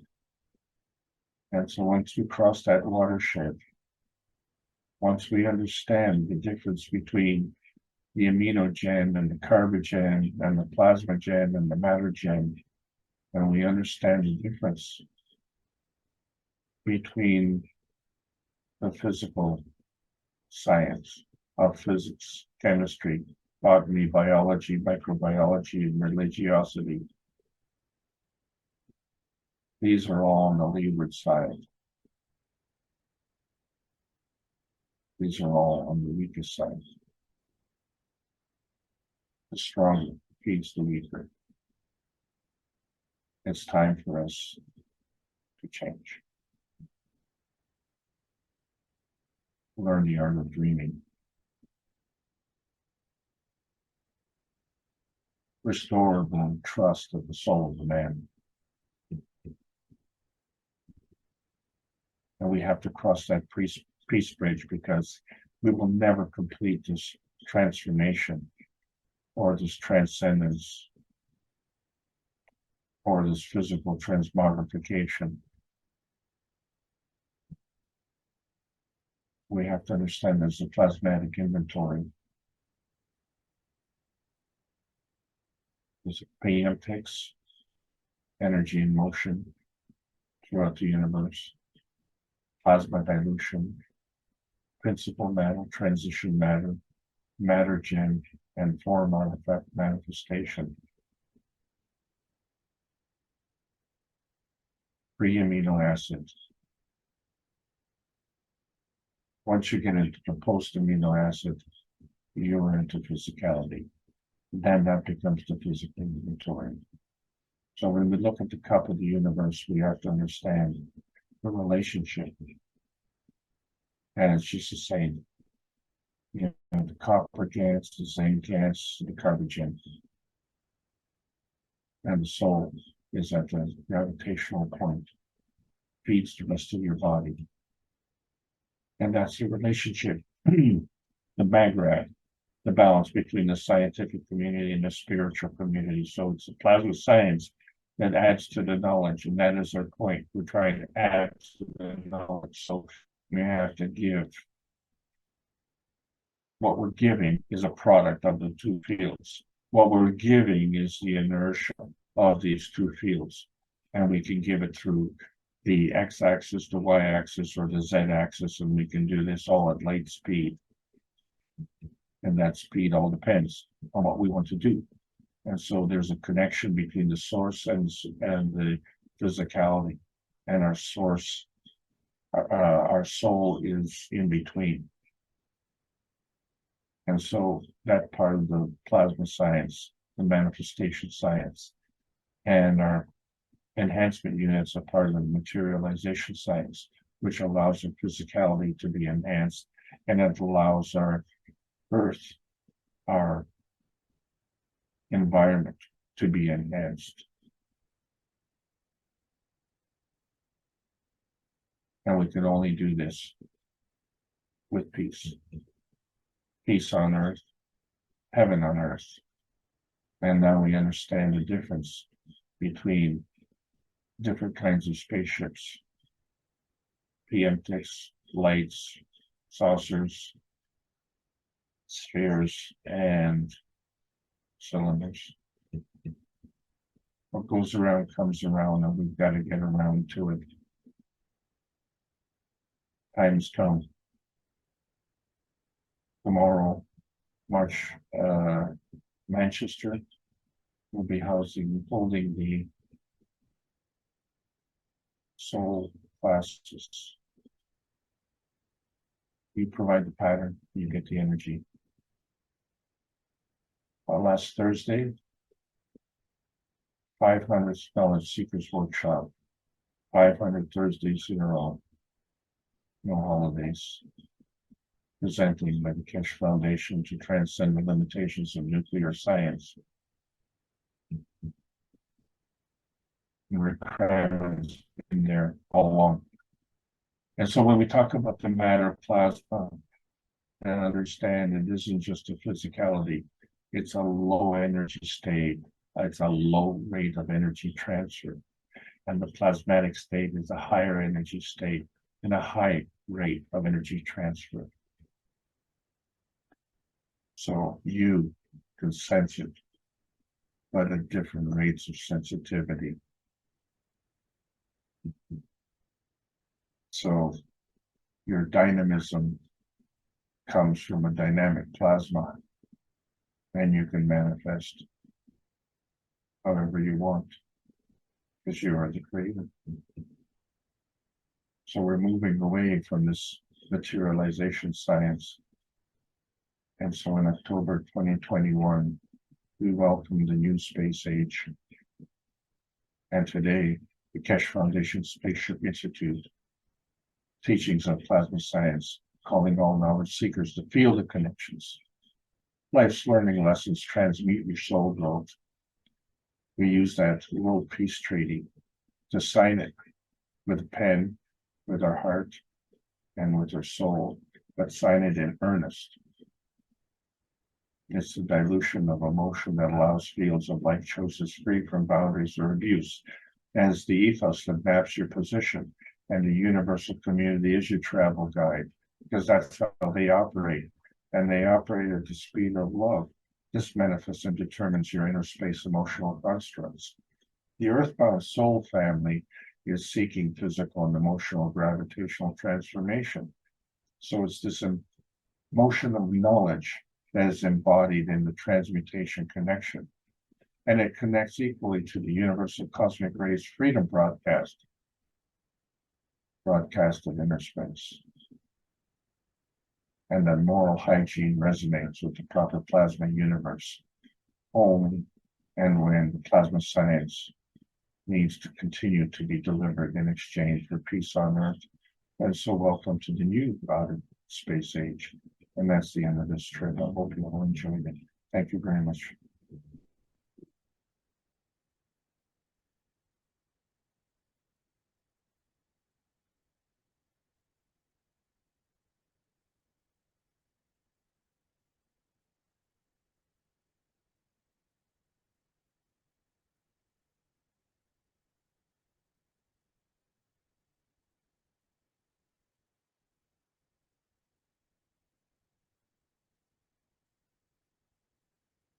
Does anyone else have any comments or questions they'd like to ask?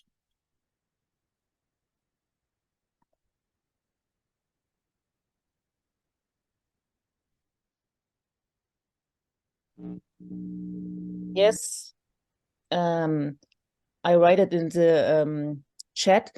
You said there are no drugs for the soul, but what is with ayahuasca? I'm sorry, can you repeat that? You said that there is no drug for the soul. And, oh, yes. And I mean, what is with ayahuasca?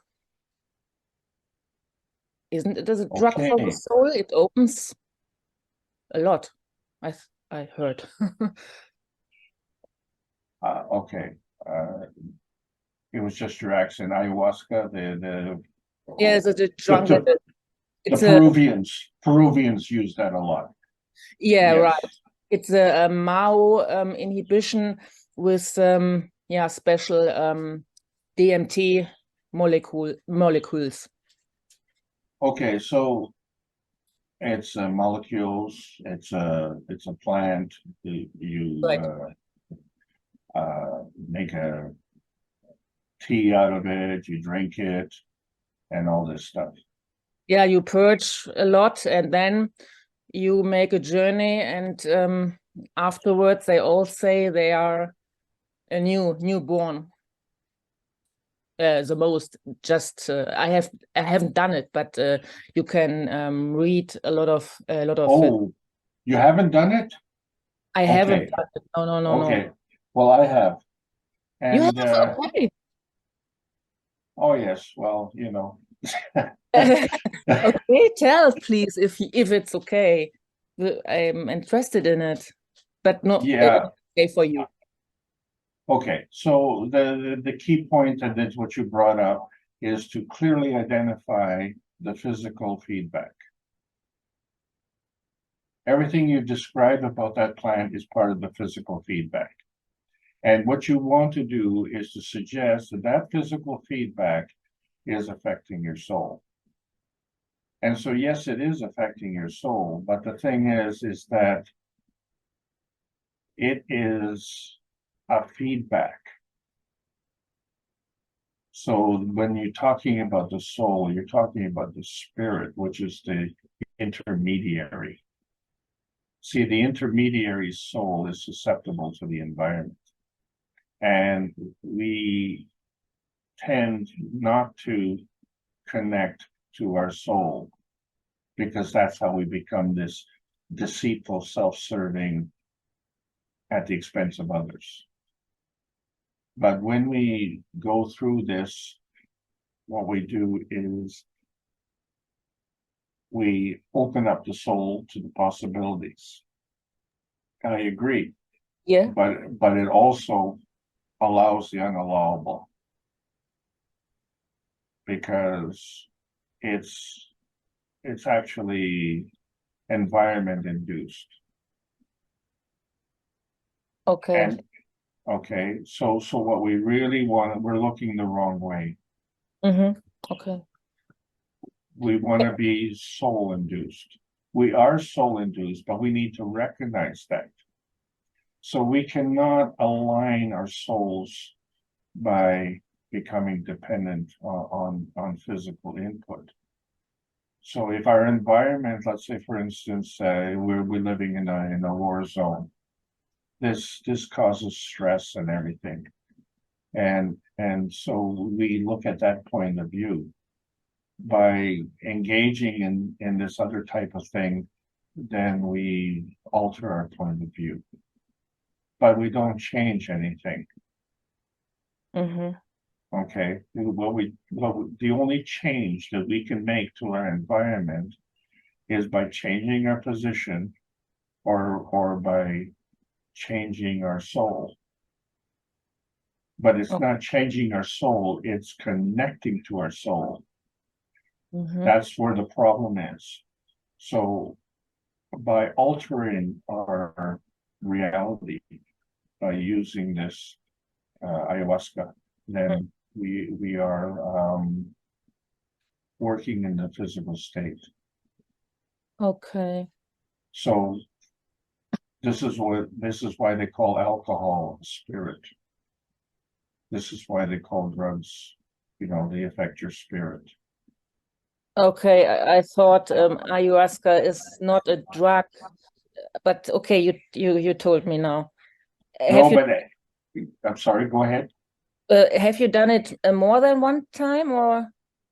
Yes, I did it several times, yes. Okay.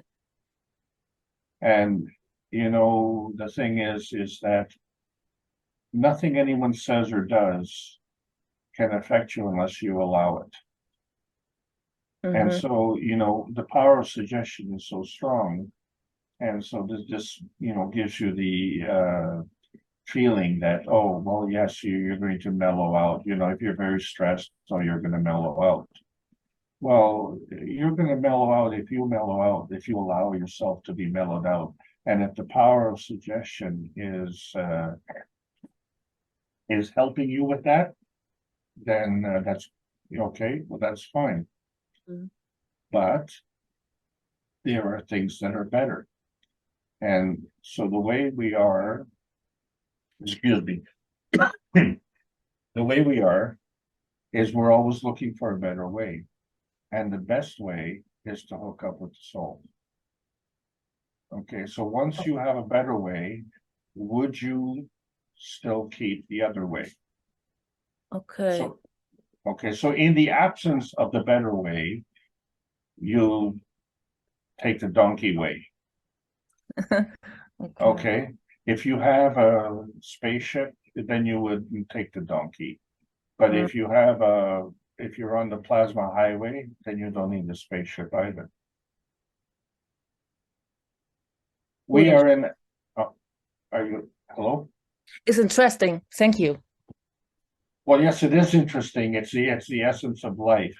And so why I keep concentrating on this difference, and this is an excellent question that you brought up, because we like to grasp for these things. It's just like the same thing when I found something that helped my health. Instead of asking about what I did and why I was successful, they said, well, have you tried this, or have you tried this, or have you read this book, or done that?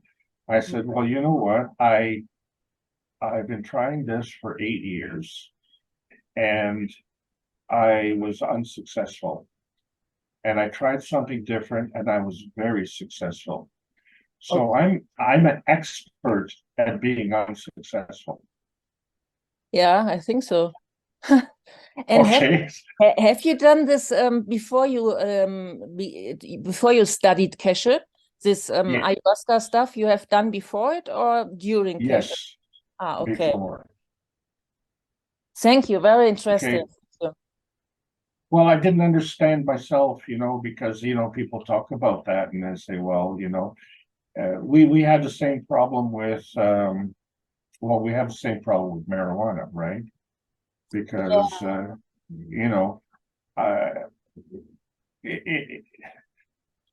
you can tell that someone is on marijuana because they're, well, there are many ways to tell. People react differently, but generally speaking, they giggle a lot, right? And they make incoherent sentences. And I'm not making any commentary on any politicians. I'm just saying, you know, when they start giggling and making goofy comments, you know, then you know that you know, they're in an altered reality. And you know, some people say, well, you know, that's what we want. Yeah, of course you want that altered reality, because look at the reality that we have. It's awful. Okay, it's an important way for us to adapt to it, okay, because it's very stressful. That kind of stress affects your health. Okay. So by relaxing, which is what the ayahuasca does, by relaxing, it mitigates your stress. But the stress should be annealing. In other words, it should make you harder. It should make you tougher. So the whole purpose of having a challenge in life is that it teaches you, and it makes you more resistant, not resistant to change, but it makes you more resistant to harmful change. You have to say, you have to gain a knowledge. You can't know everything. So if I teach you how to know, then when you run into a situation that is different from anything that you've learned, then how do you know? And sometimes you only get one chance, right? Maybe, oh, I didn't know that it was dangerous to do that. Well, now you know, but you know, it's too bad, you know, you killed yourself, you know. So you killed yourself, but now you have the knowledge.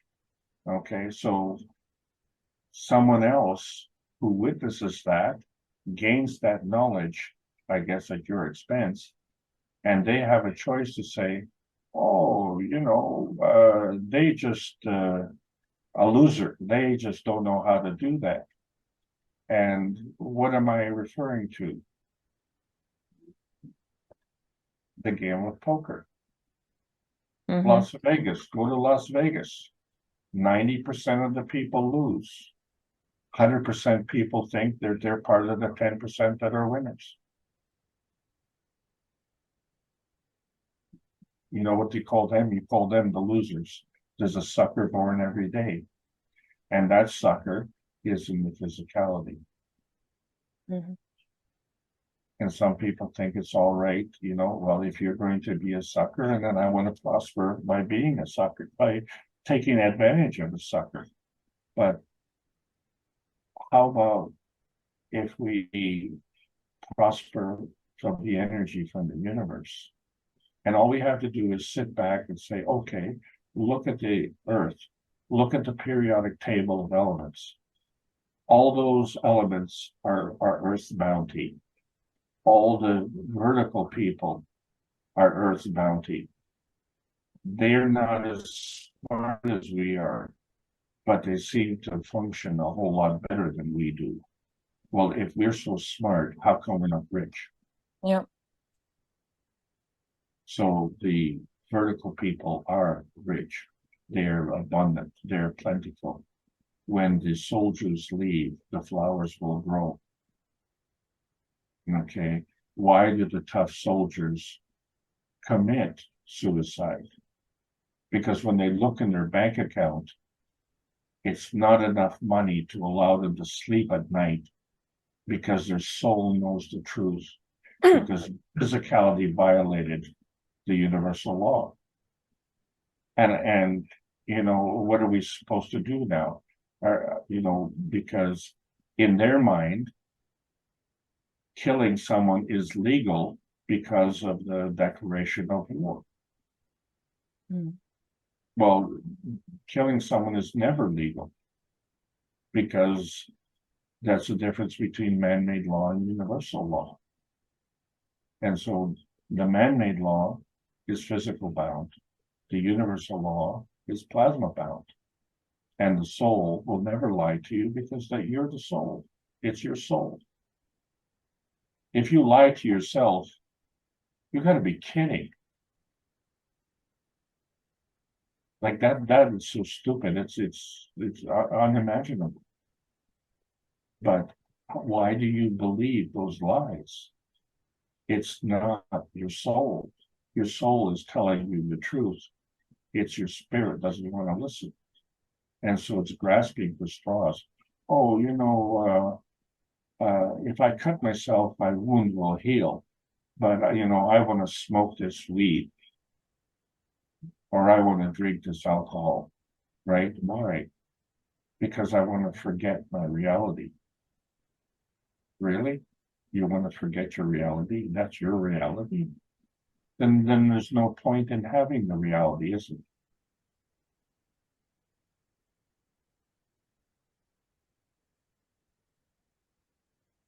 Life is not pointless. Life is for learning. We are in the kindergarten and we have to learn. And so if you can do something better, you should do that. And so I thought it was better. Someone told me it was better. Oh, well, this is what they do in Peru. Okay. And this is what they do better. Really? Well, think about it. I don't think Peru is in the best of shape. But, who am I to talk? I live in North America and, we're in dreadful shape here. So, if we keep doing the same thing and expect different results, that's ridiculous. So we tried that. This is what happened. And then we found something else and we said, this is what happened. Well, guess what? We move, we change. And so we are now coming to the point where we have to restore our trust in our soul. And this becomes a really, really important point because that trust is not something you talk about. That trust is just something that you do.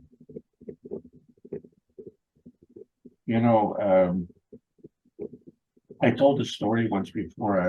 I used to play poker, and I reference this all the time because I was in the greatest poker game that you could ever possibly have. And I'm not going to relate a story about the poker, but the opponent that I was going at. You understand that all the players at the poker table are liars, right? So the winner is the best liar. Anyway, so I won that night. I was really, really good, and the one guy that I beat, he just couldn't believe it. In fact, he refused to believe it for whatever reason, and probabilities or whatever. Anyway, I had the ultimate high hand, and you only have that maybe once in your life. I had that once in my life, but I also made money on it. And he said to me, "My wife is going to kill me." I said, "Well, look, what do you think? You go into a poker game, the chances of you losing are pretty high." "Oh, it's not that. She doesn't know I'm playing poker." "Oh, well, what does she think you're doing at 3 o'clock in the morning?" "What excuse? Can you tell me that excuse? I'd like to use that excuse. It must be a pretty good excuse, So you come home and, well, honey, I did a real bad thing. I lost money in a poker game." "You play poker. You're not supposed to play poker. You told me that you went out and did this and this." "Well, you actually believe that?" But what do you say? "Oh, I was out stealing a car." "Well, that's okay as long as you weren't playing poker with the boys. That's I don't want you playing poker. Okay. But he got caught. That was what he was worried about, getting caught. What kind of relationship is that? He can't tell his wife that he's playing poker. You know. My wife told me, that if you're going to the strip club, you better tell me, because I'm going with you. That's my kind of girl. What am I going to do? Sneak around and do what? What does that accomplish? So we have to be truthful. Because if you're not truthful, then all of a sudden you create this whole series of lies, and that becomes your baggage. And that consumes energy. And, I don't know about you, but, I do a lot of things, but I'm still lazy. And I don't want to do more work than I have to. And when I look at my life, when I see how much work I did, I get tired just thinking about it. Because in the process, I abused myself too. So it isn't how hard you work, it's how effective you are. And by elevating our field strength, we become more effective. That's the whole thing. So, you have to know, you have to be at the right place at the right time, but that's a physical thing. You have to know when you're there. Well, how do you know when you're there if you're there for the first time? Mm. So Yes, thank you so much. It's very interesting. I have to think of it. Yeah, and the whole purpose of this class is not to waste your time. It's just to try and bring the science into practical understanding. Mm. So you reminded me of another story, if I may, please indulge me. Sure. I was in a very difficult situation. We talk about stress. I was working for a boss who was an egomaniac, and he prided himself on how he could motivate people, and the way he did it was through terror and abuse, mental abuse, verbal abuse. I mean, serious verbal abuse. And I was in a meeting once with him, and he says, "Oh, you know what, Alex, you're not trying hard enough." And so, we bantered back and forth, and I recounted, all the things that I was doing. And I said, "You know what, actually, I think I'm trying too hard." He says, "Alex, but your problem is you're trying too hard." So within a matter of 5 minutes, he said, "Alex, I know what your problem is. You're not trying hard enough." And then 5 minutes later, he says, "Alex, you're trying too hard." And I'm thinking, you have no idea what you're talking about. You're displaying signs of stupidity that I'm not, prepared to get my head around. And so eventually, it got to be very stressful, because this was a daily abuse. So what kind of job is that, where, the stress that you get from the job is more valued more than the money that you get for the job. So that means it's time to quit, right? And we watched him, how he abused a lot of other employees. But we watched, and he was so proud of how he could abuse them. And he was, in fact, joyful when they got to this maximum point of confrontation. And I discussed with my fellow employees, and I have a very wise man who I talked to him about, and I trusted him. And I said, every person who's left this company has been basically kicked out the door. I mean, to the point that they were in the parking lot arguing. And I said, how am I going to leave the company? I have to figure out a good way to leave the company.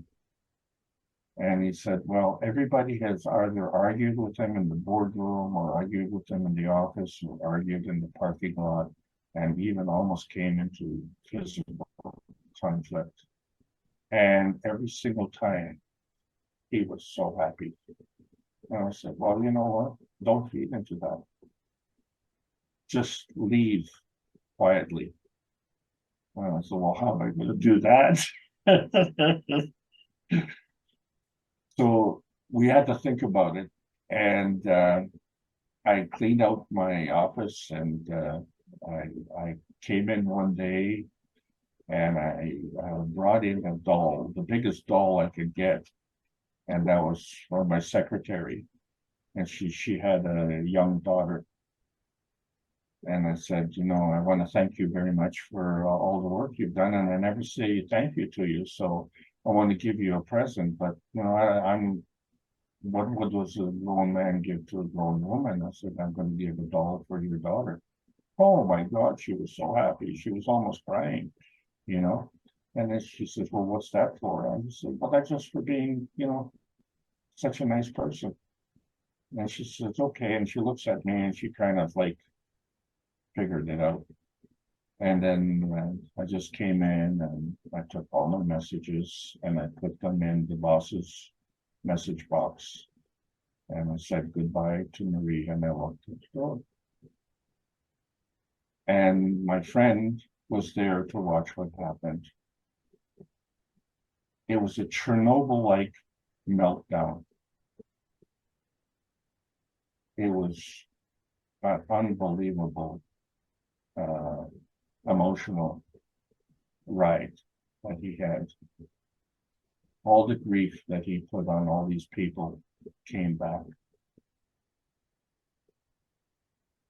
And my friend called me that night and he said, oh my God, it was one of the most beautiful shows he'd ever seen.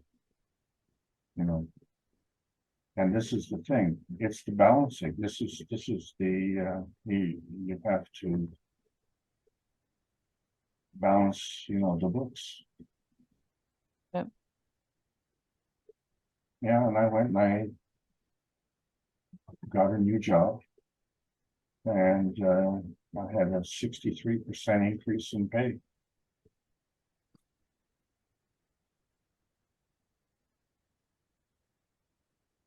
It was, yeah, it was the best time of my life, actually. And so I've had a lot of time to reflect on these things, and I'm thinking, what is the lesson here? And the lesson is when you have conflict, you have to resolve that conflict. And, if we'd have gotten into a fight, someone would have gone into the hospital. And it probably could have been me because I wouldn't have allowed him to carry on with that abuse. And I would have done it at my own cost.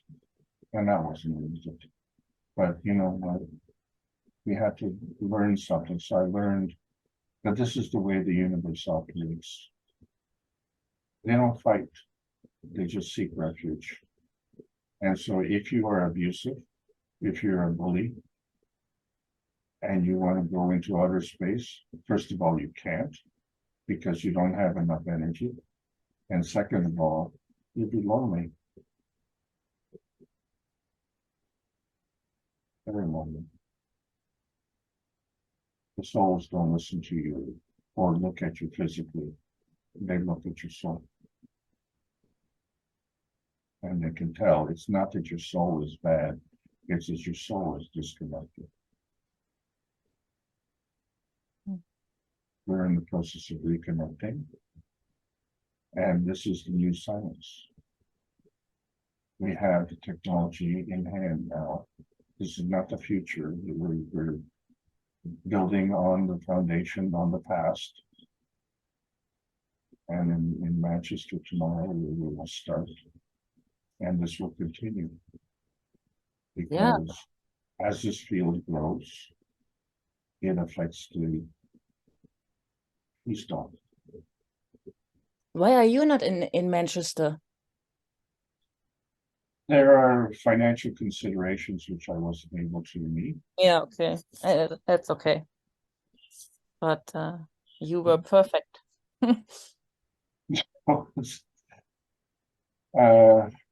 Well, I'm not there physically.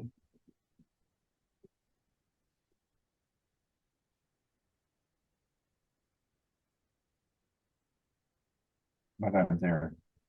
Sure, I We're think all so. there. Yeah, sure. That's right.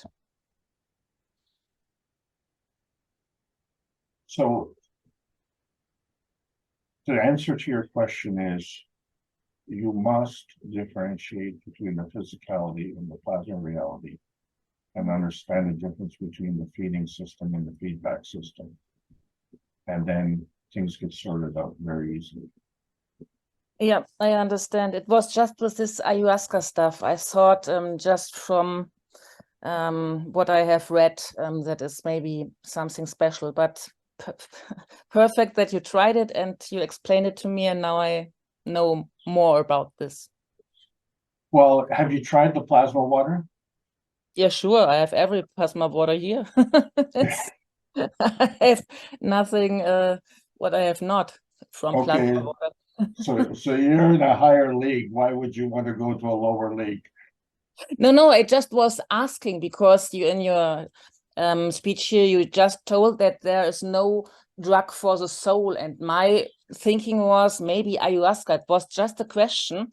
And the best thing is that you have done it. And so you told it, you explained it to me. And now I know it was not that I will try ayahuasca or whatever. I was just interesting if it's not a good thing for the soul. But you told me, and now... Well, so I have a question for you. Yeah. Is the plasma water a drug for the soul? No. Right. The soul doesn't need a drug. Yeah, right. Yeah, I understand, but it was not that this is a drug, ayahuasca. Maybe it's a really spiritual thing, but okay, you explained it to me. I had no experience in ayahuasca. I just it was just a question, and that's now I know what you mean, and it was perfect. My question and your experience in it. Well, Thank you so much. your question was excellent. So thank you. Yes. Yes, thank you too. Perfect.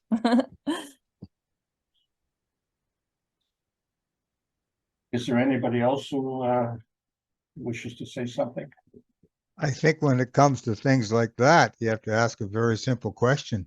Who's in control, the plant or you? Hey, good point. Yeah, right. Good point.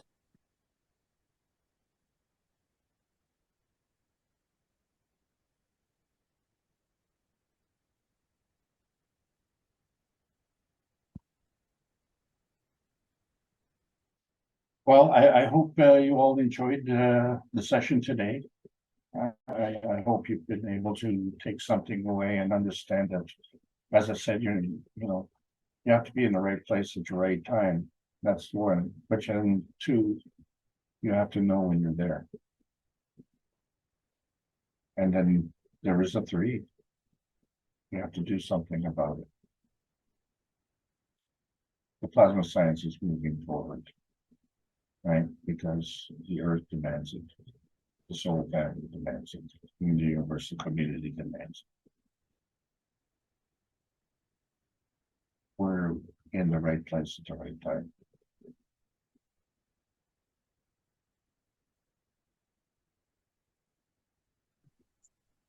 Alex, it's Dean here. Can I ask you a question? Please go ahead. So, Alex, when you took this ayahuasca, you closed your eyes? Yeah. Yep. So, to reach that state, that higher state, to get away from the matter state of the brain interaction, the eyes, remember Jalal always says, I don't know if you remember this, but I've spoken to him before, and it's to keep the eyes open. If you see in some meditations and things that people do to reach enlightenment, the Buddhists and things, they would actually stare at a white wall and they would keep their eyes open and meditate in this way instead of closing the eyes. So as soon as you close the eyes, you're going into a different condition where you are connecting on a matter state level, I think, and the brain is sort of like you're having this interaction, but it's, as I said, it's in this controlled system of the matter state of the brain. So when you keep the eyes open, keep the physicality present, and then you can actually, I suppose, reach a certain transcendent position where you are then seeing through the matter state, if that's one way of saying it. So it's interesting that many people, I've come to many, excuse me, enlightened people, or people that have spoken about taking drugs or whatever it is to try and reach a position. But I know Mr. Kess said you don't need any of these things. You really don't need any of it to actually get to the soul level. And when you start to meditate or get connected on a soul level, zero-time communication, as we know. And so you can be present, like in Manchester, in this moment, literally. And you don't need to close the eyes to be there. You can be on the sun. You can be on the moon. You can be, I can be present with you in this very moment, or anybody that's present on the panel. As soon as you have that thought, that direct connection, you're present, you're there. And then the transcendent part of it's in process. It's just establishing that connection without, taking the brain, as I said, into the part that controls everything. When you can let go of that and see through it into a position, then you might reach the next stage. I think there's a point there to getting through going through the matter state and getting, onto the next plasmatic level, the hydrogen superhighway up all the way through to wherever you need it to be, wherever you need to go, as you are the captain, where you want to go. Any questions on that? I have a strong opinion on what you've said there. And there's a bit of a disagreement, if I may be so bold. No, that's good. Go. I like this. This is the way it should be. Okay. Well, and I'm not claiming that I'm, always 100% right. I'm just in the position that you're asking the question, and so I'm just giving you my interpretation of the answer there. So, first of all, how do you go to sleep? And the way I've discovered to go to sleep, I have to go to a happy place. Once I'm in that happy place, bam, I've gone to sleep. And notwithstanding the fact that I'm very busy and I'm not able to finish the work on a daily basis, and I'm not complaining. I'm just saying that I'm not waiting for time to pass, like a lot of seniors. I'm very much engaged. And these classes, not bragging, but they occupy my thought all week. And when the opportunity comes and it's related to what I'm going to talk about, and I jot that note down. So it's always in the back of my mind. So it's always consuming. So yeah, when I'm going to sleep, I'm tired, but I don't actually fall asleep until I'm in a happy place. And to be in a happy place means you're in a refugium. And that's the way the universal community works. And if I don't go into this happy place, I can't go into sleep. And I try and reduce the amount of time it takes for me to go to sleep, and that's what I've discovered. So that's my opinion on that particular subject. But Alex, sorry, carry on. No, go ahead. What were you going to say? No, carry on, Alex. Finish what you're saying, please. Okay, so the other thing is the sun is shining on the earth. And I understand that the energy came from the sun. And I was only 20 years old when I learned about irradiation, and I looked at the Wikipedia, and they've totally scrubbed it. But the irradiation is the energy coming from the Earth. And I thought to myself, well, how is that possible? And why can't I notice it during the daytime? And the reason for it is because the sun is so overpowering. But, the thing that I keep forgetting and never take into account, and I've only done that recently, I admit, is that the sun is shining on the other side of the Earth too. So the sun is shining on the Earth all the time. It never stops shining on the Earth. It's just from my point of view, one moment it's shining on me, the next moment it's dark. And so we had found that we could tap the energy from the Earth, and the Germans were very good at this. So I never realized how significant that was. But anyway, I wasn't into science at that age anyway. So that was the thing that I realized at this point in time, that had I had more of an interest in that, it could have had a very significant effect on my life. Okay. And it has an important meaning here, because I only found out recently that I had another question, and that had to be with eyesight. And this was more pointed to your comment. And I often wondered, well, if I close my eyelids, do I stop seeing? And what was really puzzling, fish don't have eyelids. So when they go to sleep, how do they go to sleep if their eyes are open? This is a problem, because if when I go to sleep, I stop seeing with my eyes, so would that be what's happening to the fish? It doesn't need eyelids to stop seeing. But the reality is we don't stop seeing. The seeing, the way we talk about it, is the physical seeing. The seeing that our soul does, it sees the soul. Well, how can I see the soul if the soul is non-tangible? It's non-tangible, but it doesn't mean it doesn't exist. And so this opens up the whole vista: non-tangibility, non-visibility. That's the plasma reality. And now we go to the one step further. See, all these little lily pads, we keep jumping like a bullfrog. And we come to the point where we realize the dream state is the reality state, the physicality is the illusion.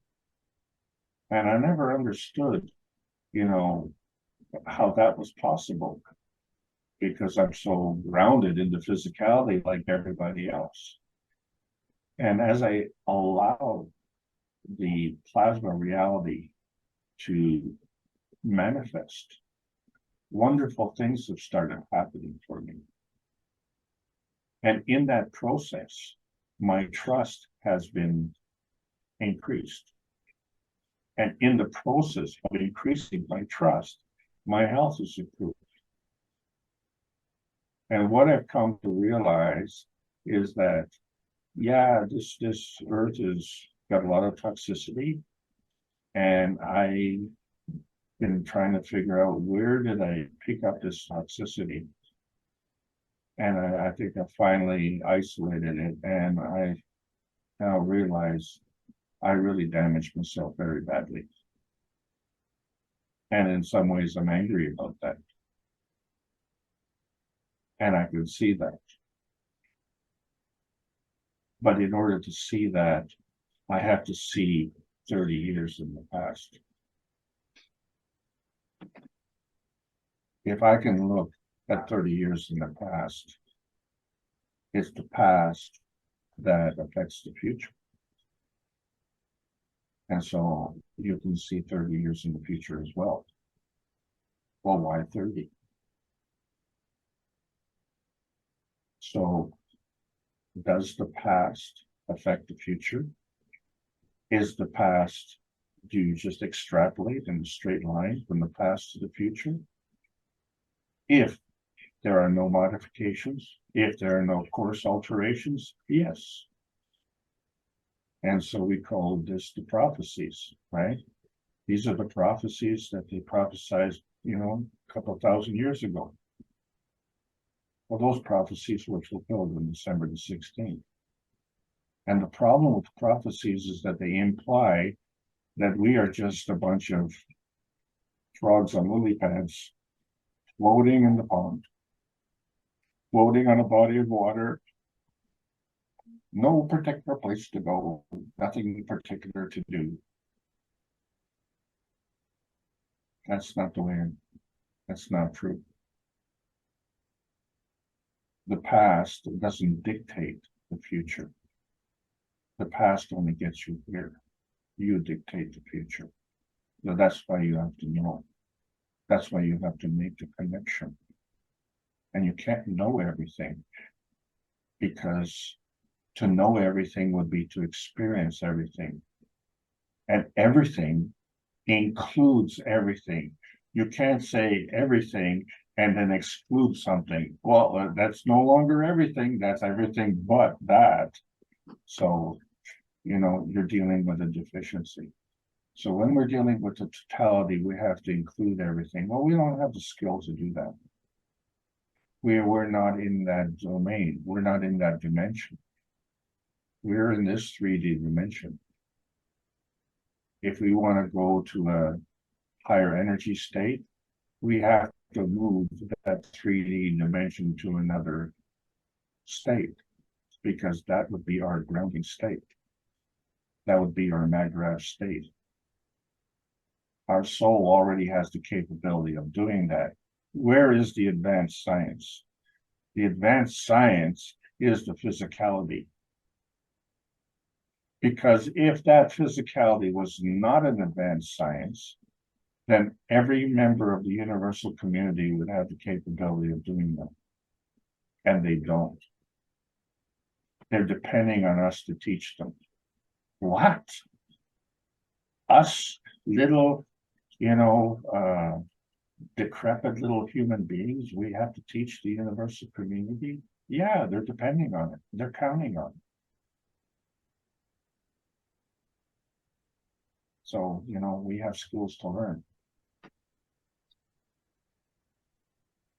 And we have things to do with those skills. It's really a very exciting adventure. I hope I didn't go too far off topic for you, Dean. Yeah, no, thank you. Very enlightening. Thank you, Alex, as normal. One thing I'd like to come back to you with is, first of all, on the topic of the fish. So I've been present around a fish tank recently, and I know those fish, as you said, may not have eyes. However, they, in the matter state, he's talking about you need to go to sleep, and you need to close your eyes to reach this position. So the fish, they have a light that comes on and off. For them, the light is an artificial light, it's a man-made light that goes on. That, you know, they have daylight in the day, but then as it gets slightly darker in the evening, the light stays on for a while. And for this fish, this becomes their environment. And then the light goes off. And so for them, that would be their eyelids. And then maybe they just see darkness. However, their eyes are open. The second thing is then when we go to the part about the eyes again. So I had an experience where someone said that in the middle of the night they heard some noises, some footsteps and things, and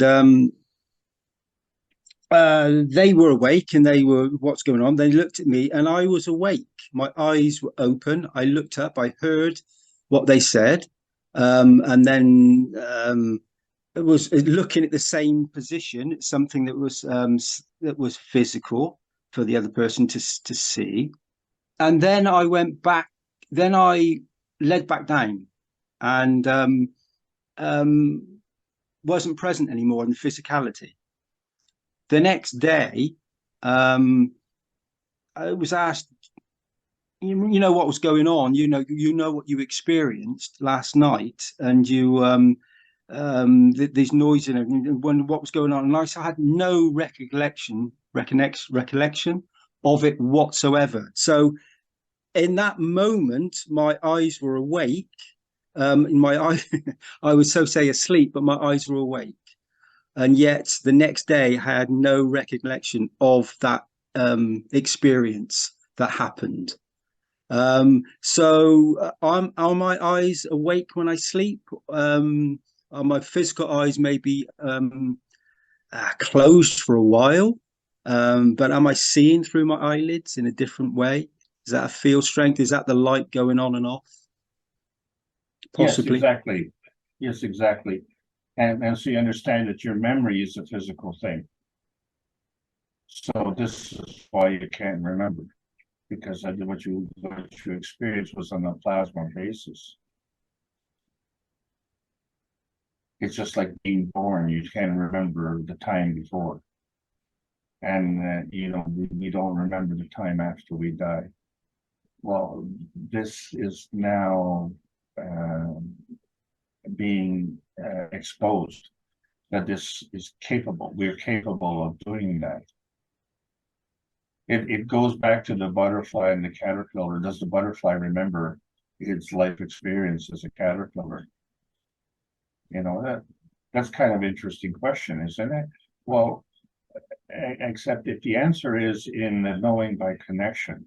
In other words, if the answer is in his plasmatic RNA, then yeah, he will remember. But he won't remember,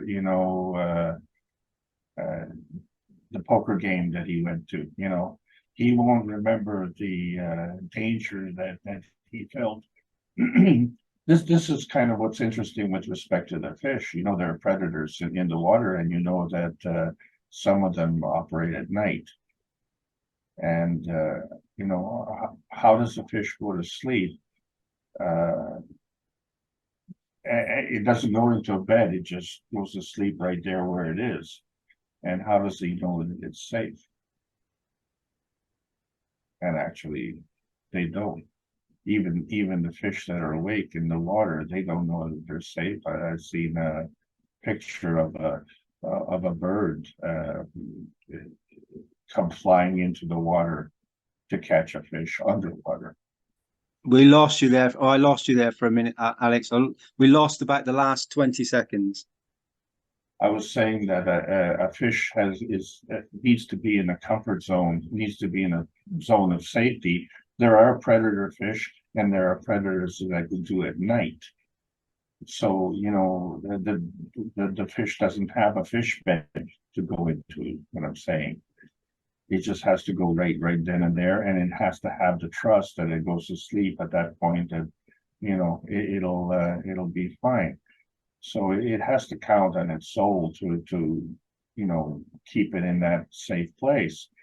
But even if it was in the daytime and the fish was awake, what it can't see is above the level of the water.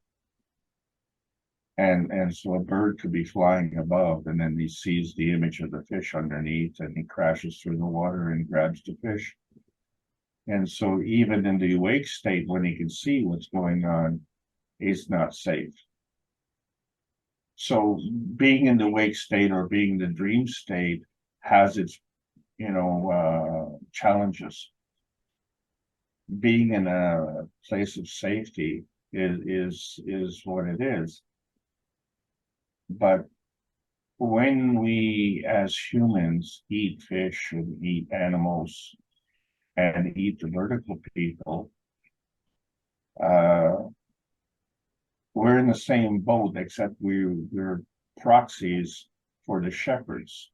A shepherd will tend his flock, but a shepherd will also end up slaughtering his flock. And, you know, this is kind of a form of deception. And it goes to the intention. The reason the shepherd is keeping the flock is to be able to feed the community with the proceeds from the flock. Now, at some point in time, the animal has to know that, you know, that's what he's there for.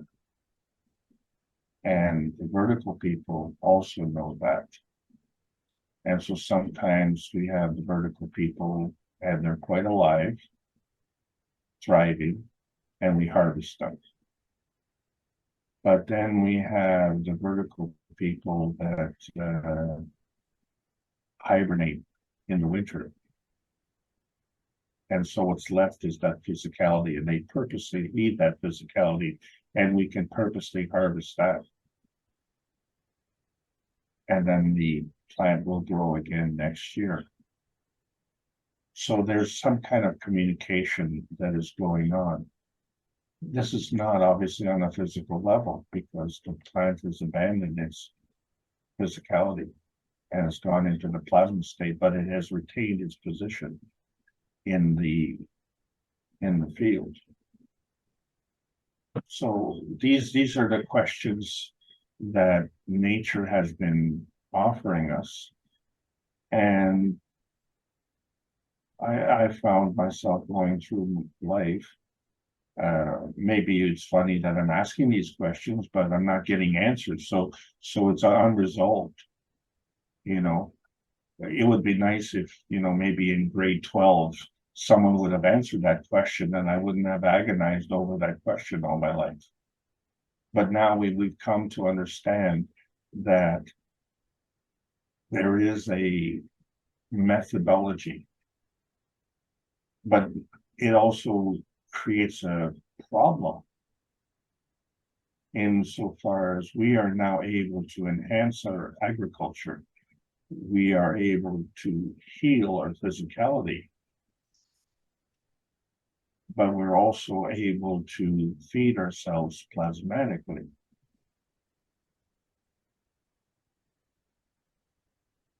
So why do we want to boost up our agriculture?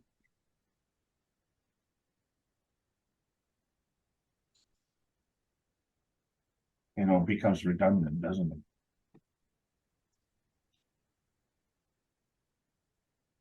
Alex, can I just quickly say something else?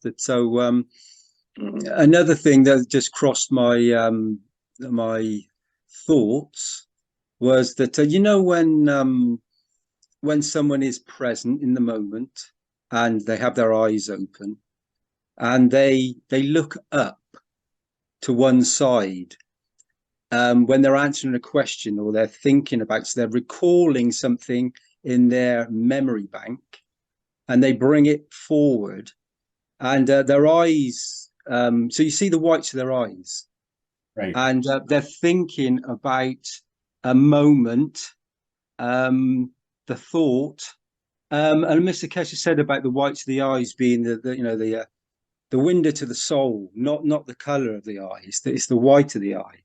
So, and this is, as I said, when people go into that thought aspect and they have their eyes open, they suddenly show their soul. So they can go into that particular moment and be very present.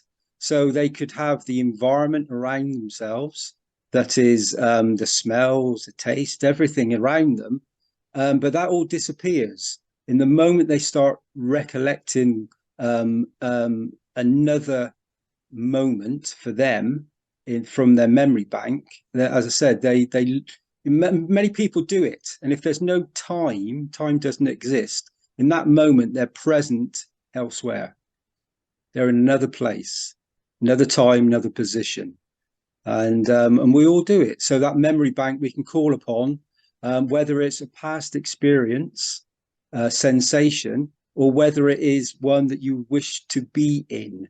So you could create it. You can go to that moment, think about it, lift your eyes up, have them open, and show the whites of your eyes, show your soul, to maybe for another, from a viewpoint to view in you in your physicality, as you take another position, and as there's no time, you are back and forward in the blink of an, not even the blink of an eye, faster than this, by million times faster, and you're back and forward. So you're in that transmutation process with a thought.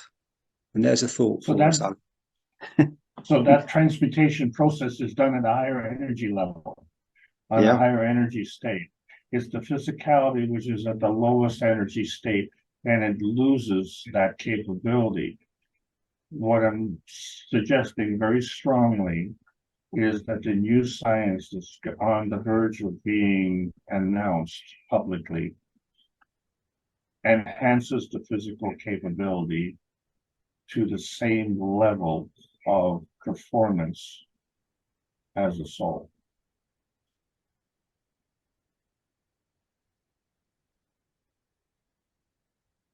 This will be the moment when it's announced, is the moment that we because we know it, we sense it, and the souls know this moment is now present. We can it's almost like it's a gift that we've received and we don't know it, but it's always been there. And so now it's about to be announced that we can now say, yay, thank you, I've now received the gift, but we've always had the gift. It's yeah. But we need to experience this. No, we need to prepare ourselves for this. Okay, we are the ones in the position to prepare ourselves for this. I'm not trying to be what do you call it, omnipotent about this thing. It's a dilemma. I've got that dilemma as well, because it's radically going to change our life. All my goals and aspirations are out the window. I mean, I had a list of things that I wanted to do when I was 16. Well, I did that by the time I was 21. Okay, but so what do I do with the rest of my life, you see? And now we've come with other goals and aspirations, and even those are gone. So now we have new ones. What are we going to do? Here's the point. If you are healing from the soul side, not from the physical side. The physical side is the inertia field. Okay, so if you're healing from the soul side, that means that you are creating the physicality moment by moment. Whatever that moment is, you're constantly creating that. Okay, so you're not the same that you were 4 minutes ago. If that is the case, then if you dematerialize and you preserve that, then you can go somewhere else and rematerialize. And you will not take the baggage with you, because you're no longer recreating from the physical side. You're recreating from the soul side, the way you were created originally when you were born. And this is a key point. So in other words, you won't be transported like some sausage down a subway tube. You'll be transported plasmatically. You will have to actually transmute. So that means you will actually mutate into a plasma field. But in order to maintain that plasma field, it has to be embodied within the soul. Right now, our soul is embodied within our physicality.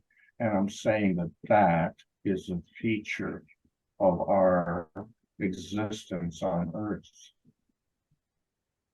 So if we can embody our soul within our physicality, then we bloody well can embody our physicality within our soul, because the plasma is a two-way street.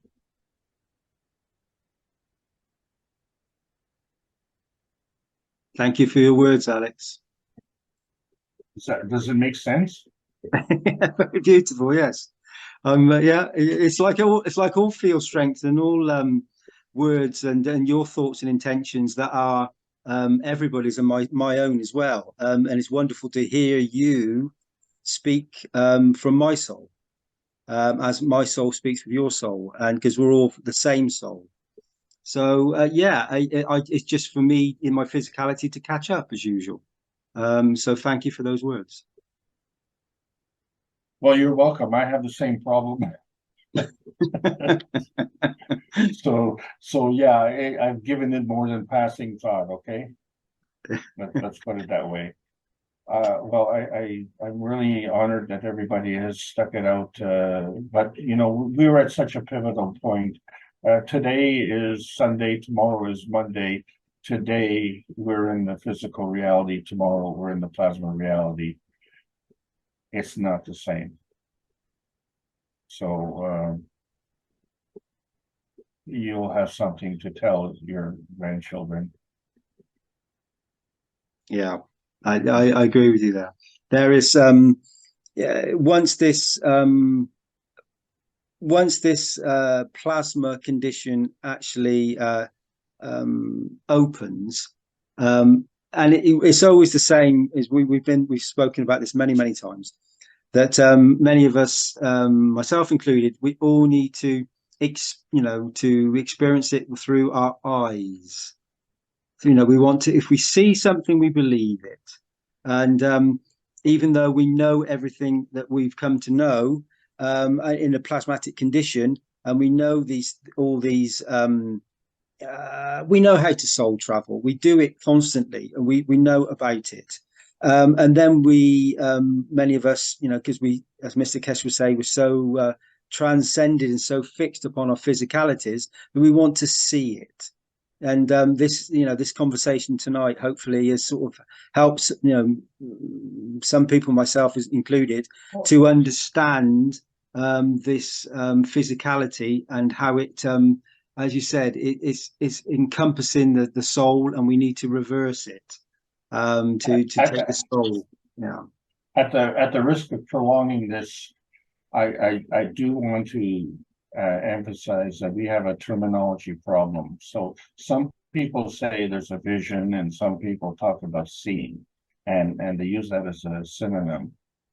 And the thing that you and I have been discussing is that we can still see even if we close our eyelids.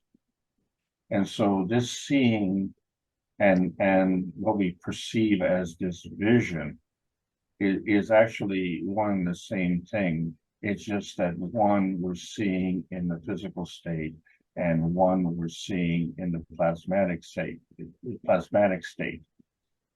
And why is this? Is because we are responding to an input in the physical state. Okay, so we have to interpret what we're seeing. You can look at something, and I can look at something in the physical state, and I could say, "Oh, Dean, did you see that?" And he said, "No, I didn't see that." Okay, and I suggest this, like say you're driving down the down the street in a car, and your buddy is a roofer, and he's a passenger. Okay, and then you see a pretty girl, and you say, "Oh my, did you see that girl?" And he said, "No, I was looking at the roof." Well, like, why are you looking at the roof? You know, it's a pretty girl, you know. Well, because I'm a roofer, and that's what I'm interested in. So two in the same environment, in the same point, and that's what he sees. So, and I'm not a roofer, so I don't even look at the roofs until the roof flies off. Then I'm looking at the roof and say, "Well, where did it go?" And I need to replace it, or this is what I'm saying. It's that becomes our interpretation of the physicality. And we do the same thing with the weather. Oh, it's a bad day, it's raining. Well, the farmer says, "Oh, look, it's a great day, it's raining." Well, how could the same day have two different connotations? But when we see in the plasma state, that's not physical. And yet we can make a construct. We can have a construct in our on our soul level. And we have to understand that that construct eventually manifests itself in the physicality. That's the gift that we have. So Alex, we are Gansfield and nanocoating, nanocoating is a layered process, and so when we cast a shadow, I was listening to a workshop recently, and it was Mr. Kesh was explaining how you were getting different reflections coming off the so you were getting more than one color. You were getting maybe a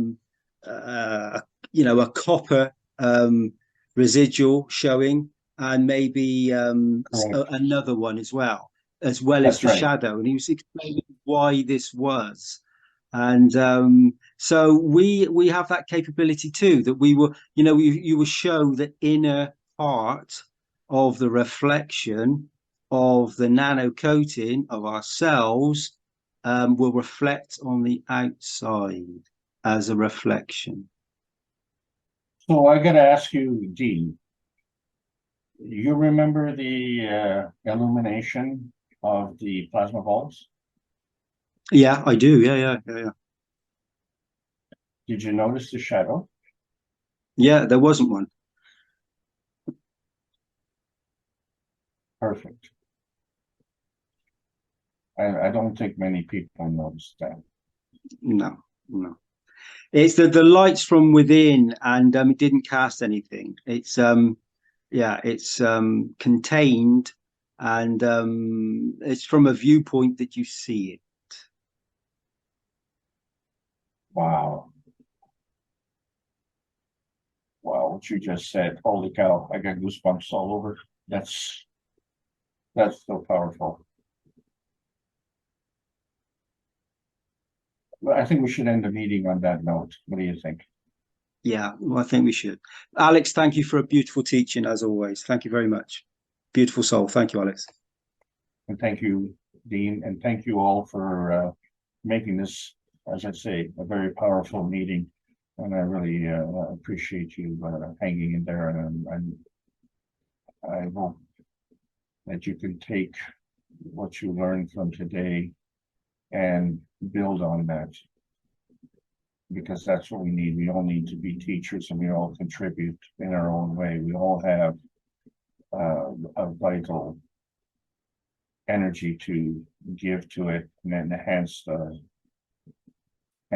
plasma field around it, and understand how that is actually how it builds up its dynamic field.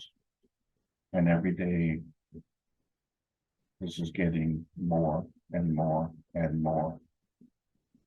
We don't need to quantify it, we don't need to measure it, and we don't need to set false targets. We develop at the rate that we develop, and understand that every time we move ahead, the rate of change will also change. Thank you all.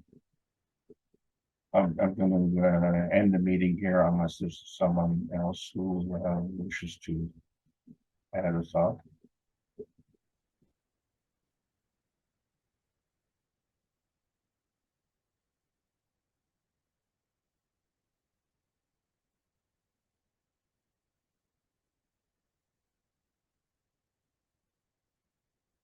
Thank you all.